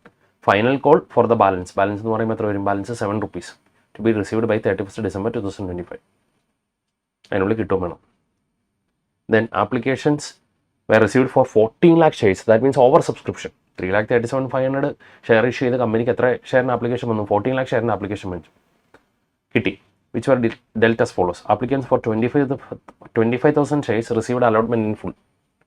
25,000 ഷെയറിന് അപ്ലൈ ചെയ്തവർക്ക് ഫുൾ ഷെയർ കിട്ടി, 25 കിട്ടി. Applicants for 1,25,000 shares received an allotment of 1 share for 2 applied for. അപ്പോൾ 1,25,000 ഷെയർ ചോദിച്ചവർക്ക് 1 share for 2 applied for എന്ന് പറഞ്ഞാൽ ഇൻറ്റു 1/2, 62,500 ഷെയർ കിട്ടിയുള്ളൂ. No money was return to these applicants. പൈസ തിരിച്ചു കൊടുത്തില്ല. പിന്നെയോ surplus on application being used to reduce the amount due on allotment. ഈ സർപ്ലസ് പൈസ എന്ത് ചെയ്തു? അലോട്ട്മെൻറ്റ് കിട്ടാനുള്ള പൈസയിലേക്ക് അഡ്ജസ്റ്റ് ചെയ്തു. എന്ന് പറഞ്ഞാൽ 1,25,000 ഷെയറിന് ₹2 വെച്ച് അയാൾ തന്നു, 2,50,000 തന്നു. പക്ഷേ അവർക്ക് അലോട്ട് ചെയ്തേക്കുന്ന എത്ര ഉള്ളൂ? 62,500 ഷെയർ ഉള്ളൂ. 62,500 ഇൻറ്റു 2, 1,25,000 തന്നാൽ മതിയായിരുന്നു. അപ്പോൾ എത്ര തന്നു? 2,50,000 തന്നു. അപ്പോൾ എക്സസ് 1,25,000 എമൗണ്ട് ഉണ്ട്. ആ 1,25,000 എങ്ങോട്ട് അഡ്ജസ്റ്റ് ചെയ്തു? അലോട്ട്മെൻറ്റിലേക്ക് അഡ്ജസ്റ്റ് ചെയ്തു. ഇനി അലോട്ട്മെൻറ്റിൻ്റെ സമയത്ത് അവർ എത്ര? 62,500 ഇൻറ്റു 5 എത്ര തരണം? 3,12,500 തരണം. അതിലേക്ക് ഈ 1,25,000 അഡ്ജസ്റ്റ് ചെയ്തു. എന്നിട്ട് ബാക്കി 1,87,500 മാത്രം അലോട്ട്മെൻറ്റ് സമയത്ത് മേടിച്ചാൽ മതി. ഞാൻ മാർക്കിംഗ് കാണിക്കാം കേട്ടോ. Then applicants for 12,50,000 shares received an allotment 1 share for every 5 applied for. ബാക്കി 12,50,000 ആപ്ലിക്കൻസിനോ ഇൻറ്റു 1/5, 2,50,000 ഷെയർ കൊടുത്തോളൂ. The money due on allotment was return by the company. Excess being return to the applicants എന്ന് പറഞ്ഞാലോ 12,50,000 into 2, 25 lakh അവർ തന്നു application സമയത്ത്. പക്ഷേ അവർക്ക് 2,50,000 ഷെയറിൽ allot ചെയ്തോളൂ. 2,50,000 ഇൻറ്റു 2, 5 lakh തന്നാൽ മതിയായിരുന്നു. അപ്പോൾ അവരുടെ എക്സസ് പൈസ എന്ന് പറയുന്നത് 25 lakh മൈനസ് 5 lakh, 20 lakh ഉണ്ട്. ഞാൻ കാണിച്ചു തരാം കേട്ടോ. 20 lakh ഉണ്ട്. ആ 20 lakhലും ഇനി അലോട്ട്മെൻറ്റ് സമയത്തോ അവർ 2,50,000 ഇൻറ്റു 5, 12,50,000 തന്നാൽ മതി. പക്ഷേ അവരുടെ പൈസ എത്രയുണ്ട്? 20 lakh ഉണ്ട്. ഇപ്പോൾ 12,50,000 അലോട്ട്മെൻറ്റിലേക്ക് അഡ്ജസ്റ്റ് ചെയ്യുക. അതിനുശേഷം പിന്നെ ഒരു 7,50,000 എക്സസ് ഉണ്ട്. അതെന്ത് ചെയ്യണം? റിട്ടേൺ ചെയ്യണം എന്ന് പറഞ്ഞാൽ റീഫണ്ട് ചെയ്യണം. അപ്പോൾ 7,50,000 തിരിച്ചു കൊടുക്കണം.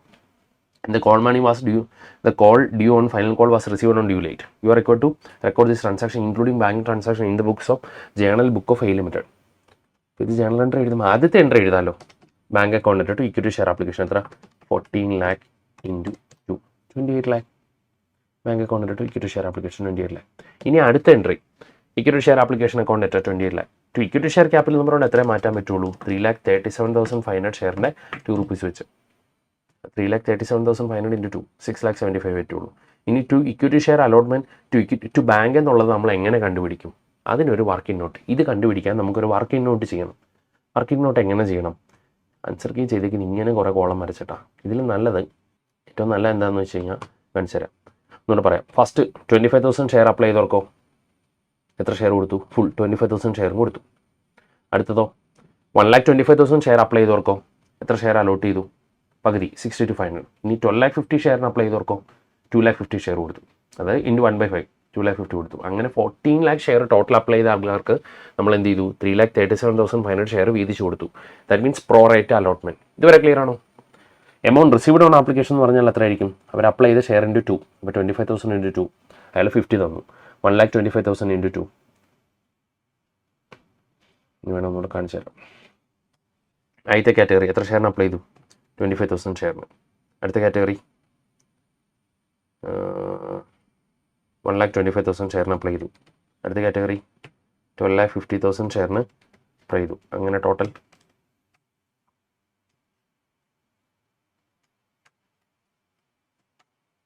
ആപ്ലിക്കേഷൻ വന്ന 14 lakh. എന്നിട്ട് ഇവർക്ക് എങ്ങനെ കൊടുത്തു? ഫുൾ കൊടുത്തു.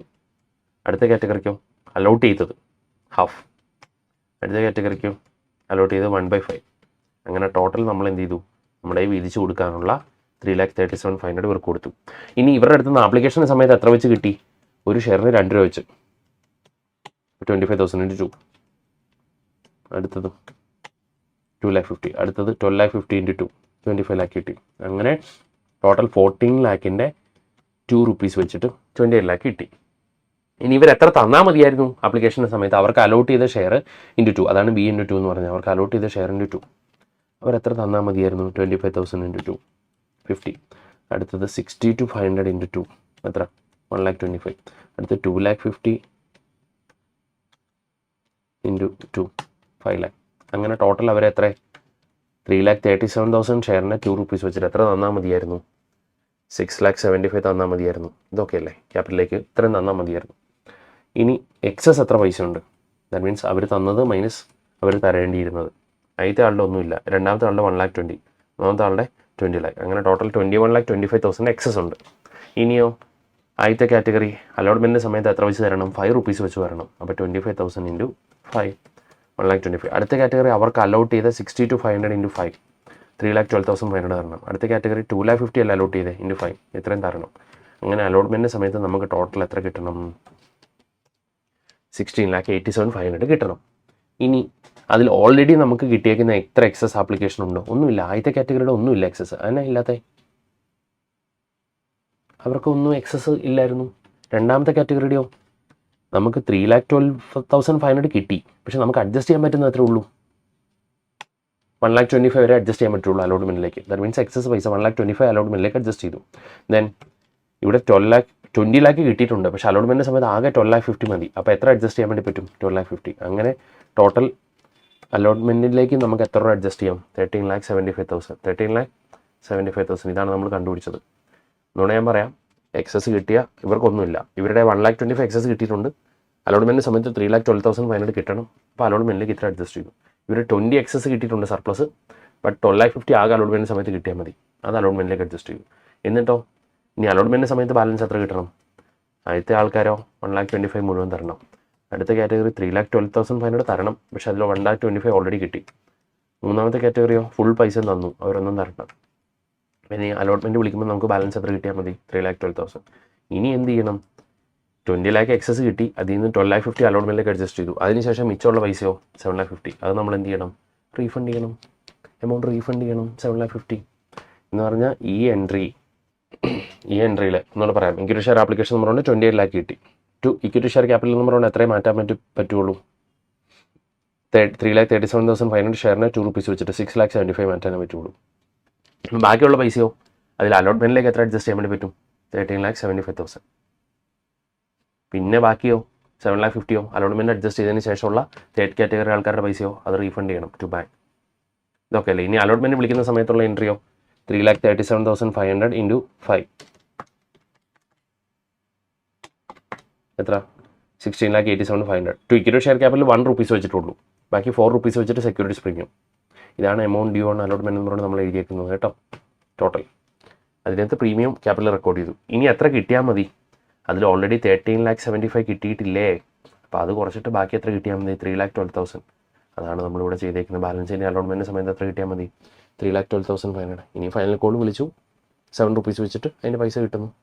അപ്പോൾ ഇതൊക്കെ കണ്ടുപിടിക്കാനാണ് നമ്മൾ ഈ കോളംസ്. ഏതൊക്കെ? മെയിൻലി ഈ 2 എമൗണ്ട് കണ്ടുപിടിക്കണം.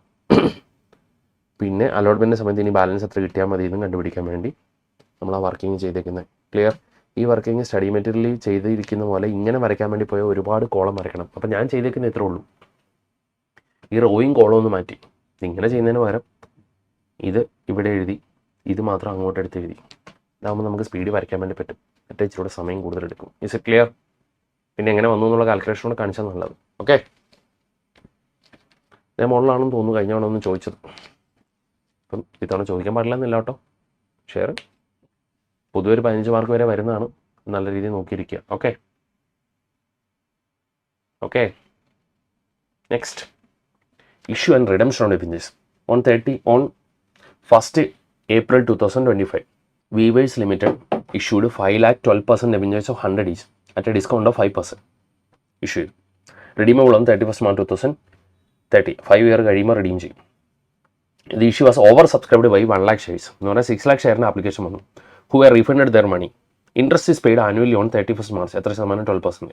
You are required to prepare journal entries at the time of issue debentures. ഈ ഡെബഞ്ചർ ഇഷ്യൂ ചെയ്യുന്ന സമയത്തുള്ള entry should at a discount of 5%. റിഡീമബിളോ? റിഡീമബിൾ അറ്റ് പാറായിരിക്കും അല്ലേ. അപ്പം എൻട്രി എന്ത് വരുമെന്നാൽ 6 ലക്ഷം ഷെയറിന് പൈസ കിട്ടിയില്ലേ. ബാങ്ക് അക്കൗണ്ട് ലെറ്റർ 6 lakh ഡെബഞ്ചറിൻ്റെ പൈസ കിട്ടി. 6 lakh ഇൻറ്റു 95 എത്ര?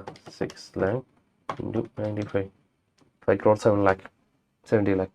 Entry bank account debenture application 5 crore 70 lakh കേട്ടോ. 2 പൂജ്യം ഇട്ടാൽ മതി. 5 crore 70 lakh. റൗണ്ട് ഓഫ് ഒന്നും ചെയ്യണ്ട. ദെൻ ഇതിൽ പക്ഷേ 1 lakh ഡെബഞ്ചറിൻ്റെ പൈസ തിരിച്ചു കൊടുക്കണ്ടേ? 1 lakh ഡെബഞ്ചറിൻ്റെ പൈസ എന്ന് പറയുമ്പോൾ 1 lakh ഇൻറ്റു 95 lakh എമൗണ്ട് തിരിച്ചു കൊടുക്കണം. അപ്പോൾ entry debenture application to bank, അങ്ങനെ തന്നെ സെപ്പറേറ്റ് എൻട്രി എഴുതിയാൽ മതി. ഡെബഞ്ചർ ആപ്ലിക്കേഷൻ ടു ബാങ്ക് എത്ര? 95 lakh. ഇനി ബാലൻസ് അപ്പോൾ എത്ര? 5 lakh ഡെബഞ്ചറിൻ്റെ അലോട്ട്മെൻറ്റ് നടത്തണം. അപ്പോൾ 5 lakh ഇൻറ്റു 95. അപ്പോൾ ഇത് കോമ്പൗണ്ടർ ചെയ്ത ഡെബഞ്ചർ ആപ്ലിക്കേഷൻ അക്കൗണ്ട് എത്ര? 5 crore 70 lakh. Discount on issue എന്ന് പറയുമ്പോൾ 5 lakh ഡെബഞ്ചറിൻ്റെ 5 rupees വെച്ചിട്ട് 25 lakh. പൂജ്യം റൗണ്ട് ഓഫും ചെയ്യണ്ട. ടു ഡെബഞ്ചേഴ്സ് എന്ന് പറയുന്നത് 5 lakh ഇൻറ്റു 100 50 crore അല്ലേ? 5 crore sorry. Then to bank എന്നും പറഞ്ഞുകൊണ്ടോ 1 lakh ഡെബഞ്ചറിൻ്റെ 95,000 rupees വെച്ചിട്ട് 95 lakh റീഫണ്ട് ചെയ്യണം. Is it clear? ഇനി ഫുൾ എഴുതാനാണ് 2 പൂജ്യം ഇട്ടിട്ട് bank account debenture application 5 crore 70 lakh. ഇനി അടുത്ത entry debenture application account 5 crore 70. Discount എന്ന് പറയുന്നത് 5 lakh ഡെബഞ്ചറിൻ്റെ 5 rupees വെച്ചിട്ട് discount on issue debentures. To debentures 5 lakh into 100 50 lakh. To bank 1 lakh ഡെബഞ്ചറിൻ്റെ 95 rupees വെച്ചിട്ട് റീഫണ്ട് ചെയ്യണം. ഇനി എന്താ ചോദിച്ചേക്കുന്നത്? Discount on issue debentures account. Discount on issue എത്രയാണ്? 25 lakh. അപ്പം ഡിസ്കൗണ്ട് ഓൺ ഇഷ്യൂ റെക്കോർഡ് ചെയ്യുമ്പോൾ entry discount on issue debentures to debentures കേട്ടോ. ടു ഡെബഞ്ചേഴ്സ് എന്ന് പറയുന്നത് 25 lakh. ഇത് എത്ര വർഷം കഴിഞ്ഞാൽ റിഡീം ചെയ്യുന്ന? 5 വർഷം കഴിഞ്ഞിട്ട്. അപ്പോൾ 5 വർഷത്തേന് ഇത് ഈക്വലി പിയാനിലേക്ക് മാറ്റണം. 25 lakh ഡിവൈഡഡ് ബൈ 5 lakh വെച്ച് ഓരോ വർഷം പിയാനിലേക്ക് മാറ്റണം. റൗണ്ട് ഓഫും ചെയ്തില്ലെങ്കിൽ. അപ്പോൾ എൻട്രി പിയാൻഡൽ ടു ഡിസ്കൗണ്ട് 5 lakh. എന്നിട്ട് ബാലൻസ് 20 lakh. അടുത്ത വർഷം പിന്നെ 5 lakh റൈറ്റ് ഓഫ് ചെയ്യുന്നു. Balance 15 lakh. അടുത്ത വർഷം 5 lakh റൈറ്റ് ഓഫ് ചെയ്യുന്നു. പിന്നെ 10 lakh. അടുത്ത വർഷം 5 lakh. പിന്നെ ബാലൻസ് 5 lakh. അതങ്ങനെ റൈറ്റ് ഓഫ് ചെയ്യുന്ന കാണിക്കുക. ജസ്റ്റ് ഡിസ്കൗണ്ട് ഏറ്റവും എളുപ്പത്തിൽ വരയ്ക്കാൻ പറ്റുന്ന അക്കൗണ്ടാണ്. പിന്നെ ഇൻട്രസ്റ്റ് അക്കൗണ്ട് വരയ്ക്കണം. ഇൻട്രസ്റ്റ് അക്കൗണ്ട് ഡെബഞ്ചർ ഹോൾഡേഴ്സ് അക്കൗണ്ടോ TDS 10% ആണെന്ന് കരുതിക്കും. അപ്പോൾ ഇൻട്രസ്റ്റ് എത്രയെന്ന് ചോദിച്ചു കഴിഞ്ഞാൽ ഏത് വാല്യൂവിന്? 5 crore. 5 crore അല്ലേ? 5 crore. 5 crore 12%. 60 lakh ആയിരിക്കും ഒരു വർഷത്തെ ഇൻട്രസ്റ്റ്. 60 lakh. പക്ഷെ അത് 10% TDS പിടിച്ചിട്ട് കൊടുത്താൽ മതി. അപ്പോൾ 60 lakh 10% എന്ന് പറയുമ്പോൾ 6 lakh TDS പിടിച്ചിട്ട് കൊടുക്കുന്നത്. അപ്പോൾ ഇൻട്രസ്റ്റ് ഡ്യൂ ആകുമ്പോഴുള്ള എൻട്രി ഇൻട്രസ്റ്റ് അക്കൗണ്ടിൽ ഡെബഞ്ചർ ഹോൾഡേഴ്സ്. ഇത് 60 lakh. ഡെബഞ്ചർ ഹോൾഡേഴ്സിൻ്റെ ക്രെഡിറ്റ് സൈഡിൽ ഇൻട്രസ്റ്റ് 60 lakh. ഇൻട്രസ്റ്റ് അക്കൗണ്ടിൻ്റെ ഡെബിറ്റ് സൈഡിൽ ഡെബഞ്ചർ ഹോൾഡേഴ്സ് 60 lakh. ഇനി അതിനെ TDS പിടിക്കുമ്പോൾ പേ ചെയ്യുമ്പോൾ debenture holders account letter 60 lakh. To TDS 6 lakh.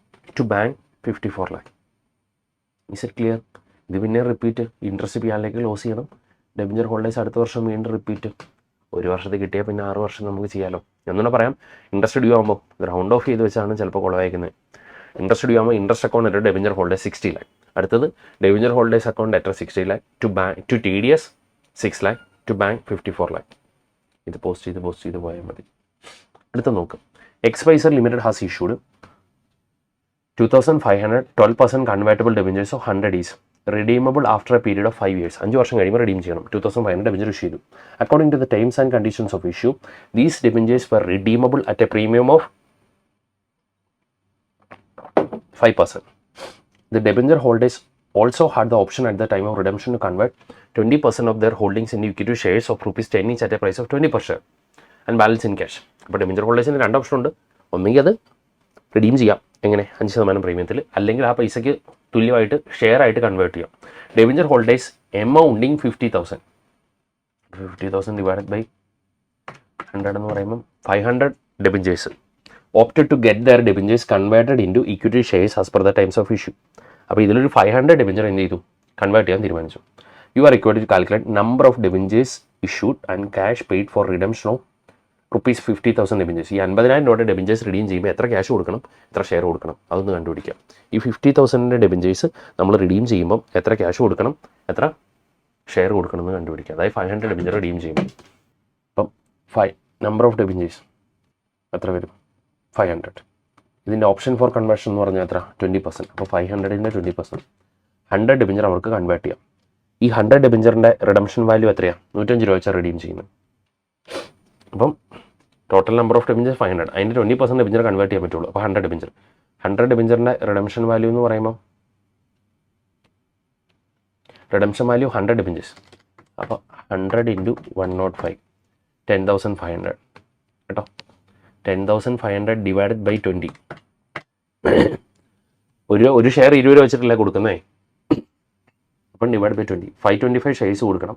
ഇനി ക്യാഷ് എത്ര കൊടുക്കണം എന്ന് വെച്ചാൽ 500 ഡെബഞ്ചേഴ്സിൽ 100 ഡെബഞ്ചർ കൺവേർട്ട് ചെയ്യും, ബാക്കി 400 ഡെബഞ്ചർ. 400 ഇൻറ്റു 105, 42,000 ക്യാഷ് ആയിട്ട് കൊടുക്കണം. ഇതൊരു ചെറിയ മിസ്റ്റേക്ക്, ഇത് 40ക്ക് വരെ 100 ആട്ടോ. എത്ര ക്യാഷ്, എത്ര 500 ഡെബഞ്ചറിന് 20%, 100 ഡെബഞ്ചർ കൺവേർട്ട് ചെയ്യാം. ഒരു ഡെബഞ്ചർ കൺവേർട്ട് ചെയ്യുമ്പോൾ 105 വെച്ചിട്ട് എമൗണ്ട് കൊടുക്കണം. അപ്പോൾ 10,500 കൊടുക്കണം, ഡിവൈഡ് ബൈ 20. ഇപ്പോൾ ഷെയർ ആയിട്ട് 525 ഷെയർ കൊടുക്കണം. ഇനി ക്യാഷ് എത്ര കൊടുക്കണം, ബാക്കി 400 ഡെബഞ്ചറിന് 105 വെച്ചിട്ട് 42,000 കൊടുക്കണം. ചിലപ്പോൾ 5 മാർക്സിനൊക്കെ ചോദിക്കാവുന്നതാണ് കേട്ടോ. ഓക്കെ ആണോ? Then following is extract of balance sheet of Super Limited on 31st March 2025. Extract balance sheet notes തന്നിരിക്കുന്നത്, ഓതറൈസ്ഡ് ഷെയർ ക്യാപിറ്റൽ തന്നിട്ടുണ്ട്, ഇഷ്യൂഡ് എല്ലാം ഫുള്ളി പെയ്ഡ്. റിസർവ് സർപ്ലസ് തന്നിട്ടുണ്ട്, general reserve, capital redemption reserve, securities premium, P&L. On 1st April 2025, company decided to capitalize its reserves by way bonus at the rate of 2 shares for every 5 equity shares held. On 1st April 2025, company decided to capitalize its reserves by way bonus at the rate of 2 shares for every 5 shares held. അപ്പം ഏതിനെടുക്കണം? Equity ഷെയർസിന് bonus കൊടുക്കാൻ വേണ്ടി തീരുമാനിച്ചു.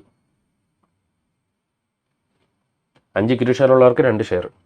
ഇപ്പോൾ എത്ര equity share ഉണ്ടെന്ന് വെച്ചാൽ 750 അല്ല, 675. അപ്പോൾ 675,000 ഇൻറ്റു 2/5, 2 ഷെയർ കൊടുക്കും 5 ഷെയർ ഉള്ളവർക്ക്. 270,000 ബോണസ് ഷെയർ കൊടുക്കാൻ തീരുമാനിച്ചു. അപ്പോൾ അത് ഓതറൈസ്ഡിനേക്കാളും കൂട്ടിപ്പോയില്ലേ?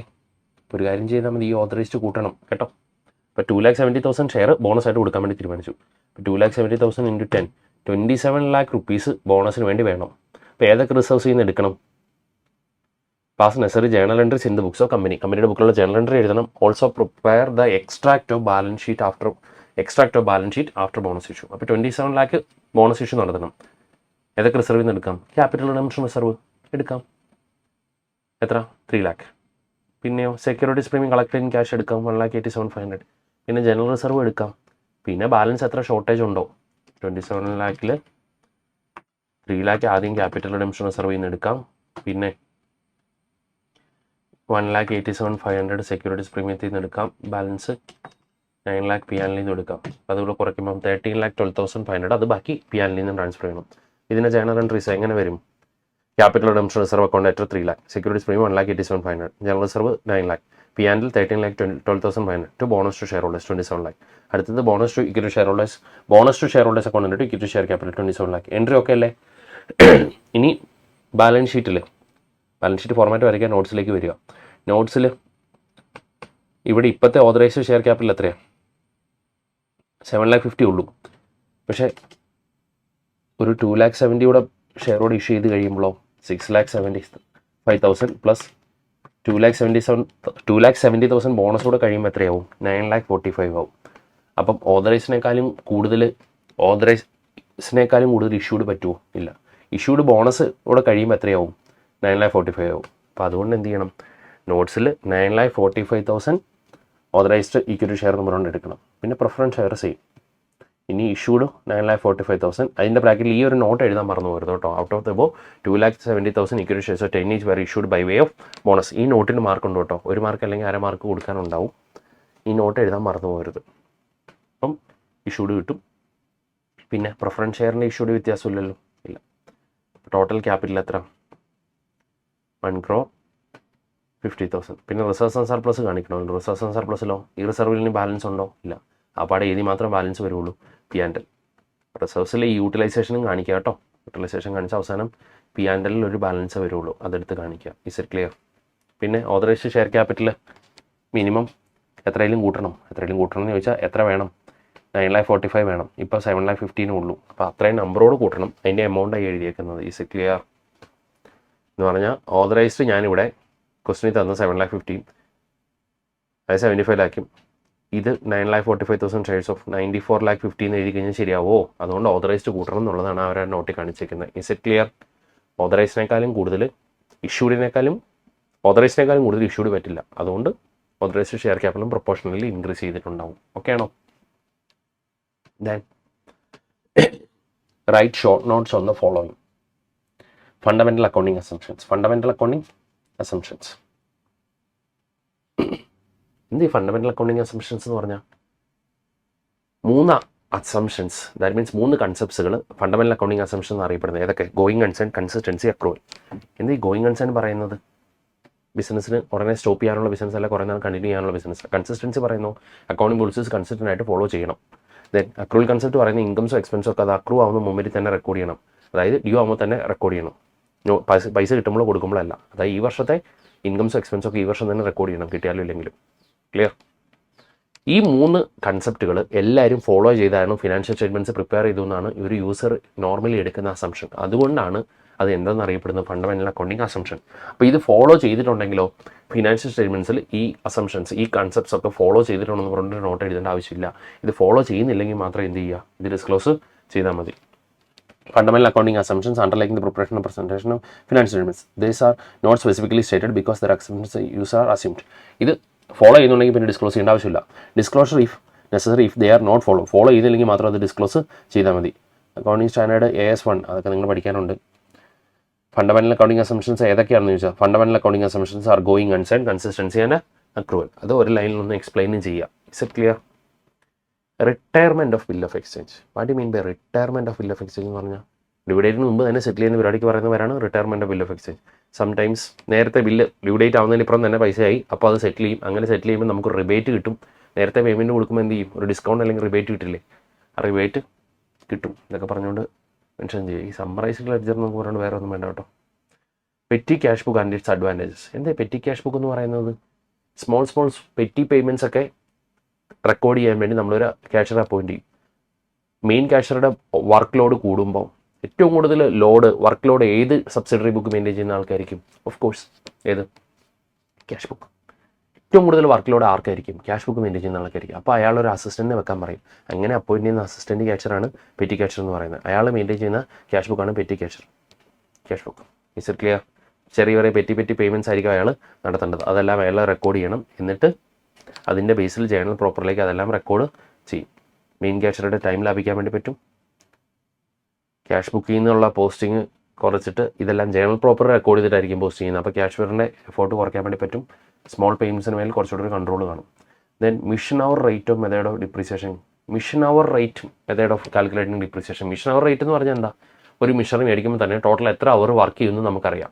ഓരോ വർഷം എത്ര മണിക്കൂർ വർക്ക് ചെയ്തിട്ടുണ്ടെന്ന് കണക്ക് നമുക്ക് എടുക്കാൻ പറ്റുവാണെങ്കിലോ ഡിപ്രീസിയേഷൻ പ്രൊവൈഡ് ചെയ്യാനുള്ള ഏറ്റവും നല്ല മെത്തേഡ് എന്ന് പറയുന്നത് ഏതാ? മിഷൻ അവർ റേറ്റ് ഓഫ് മെത്തേഡാണ്. അപ്പോൾ നമുക്ക് മിഷൻ അവറിൻ്റെ ട്രാക്കും അറിയാം, ടോട്ടൽ എത്ര മിഷൻ അവർ കിട്ടാൻ ചാൻസസ് ഉണ്ടെന്ന് പറയുവാണെങ്കിലോ ഡിപ്രീസിയേഷൻ പ്രൊവൈഡ് ചെയ്യാൻ വേണ്ടി ഏറ്റവും നല്ല മെത്തേഡ് എന്ന് പറയുന്നത് ഏത് മെത്തേഡ്? മിഷൻ അവർ method. When Garner versus Murray rule is not applicable അല്ലാത്ത സിറ്റുവേഷൻ. ഇത് ചിലപ്പോൾ ഒരു തിയറി ആയിട്ട് ചോദിക്കാൻ ചാൻസസ് ഉള്ളത് കേട്ടോ. 2 തിയറി ചോദിക്കാറ്. ഒന്ന് 1B, അടുത്ത് 6P എഴുതി എന്ന് വേണം ചോദിക്കാം. 1B ഫസ്റ്റ് ചാപ്റ്ററിൽ നിന്നായിരിക്കും. 6P ഒരു 5 മാർക്സിൻ്റെ ക്വസ്റ്റ്യൻ ചിലപ്പോൾ ചോദിക്കാൻ ചാൻസസ് ഉള്ളൊരു ക്വസ്റ്റ്യനാണ്. Garner versus Murray rule applicable അല്ലാത്തത്. എപ്പോഴാണ് Garner versus Murray rule applicable ആവുന്നത്? ഒരു പാർട്ണർ ഇൻസോൾവെൻ്റ് ആയി, അയാൾ ഇൻസോൾവെൻ്റ് ആയതുകൊണ്ടുള്ള നഷ്ടം ബാക്കിയുള്ള പാർട്ണേഴ്സ് എങ്ങനെ വീതിക്കണം? അത് ക്യാപിറ്റൽ റേഷ്യോ വീതിക്കണം. എന്നിട്ട് റിയലൈസേഷൻ ലോസിന് തുല്യമായിട്ടുള്ള പൈസ അപ്പോൾ തന്നെ ബാക്കിയുള്ള പാർട്ണേഴ്സ് കൊണ്ടുവരണം എന്നൊക്കെ പറഞ്ഞുകൊണ്ട് റൂളിംഗ് അല്ലേ? അത് ആപ്ലിക്കബിൾ അല്ലാത്തതോ? When solvent partners has debit balance in capital account. Solvent പാർട്ണേഴ്സിന് എല്ലാം ക്യാപിറ്റലിൽ ഡെബിറ്റ് ബാലൻസാണ്. അപ്പോൾ ഇൻസോൾവെൻറ്റ് പാർട്ണറിന് മാത്രമേ ക്യാപിറ്റലിൽ ക്രെഡിറ്റ് ബാലൻസ് ഉള്ളൂ. അപ്പോൾ ഇൻസോൾവെൻറ്റ് പാർട്ണറിന് നഷ്ടം ബാക്കിയുള്ള സോൾവെൻറ്റ് പാർട്ണേഴ്സ് അവരുടെ ക്യാപിറ്റൽ റേഷ്യോ വീതിക്കണം എന്നല്ല പറയുന്നത്. പക്ഷേ അവരുടെ ക്യാപിറ്റൽ എല്ലാം ഡെബിറ്റ് ബാലൻസ് ആണെങ്കിലോ ഇത് പിന്നെ നടക്കത്തില്ല. ഫാമിലി 2 പാർട്ണേഴ്സ് ഉള്ളൂ, ഒരാൾ ഇൻസോൾവെൻ്റ് ആയി. അപ്പോൾ ആ നഷ്ടം ഓട്ടോമാറ്റിക്കലി അടുത്ത ആൾ ഫുള്ള് ബിയർ ചെയ്യേണ്ടി വരും. അതിന് പിന്നെ റേഷ്യോ ഒന്നും എടുക്കേണ്ട ആവശ്യമില്ലല്ലോ. When there is an agreement between partners to share deficiency of capital accounting കൊണ്ടോ ഇൻസോൾവെൻറ്റ് പാർട്ണേഴ്സ്.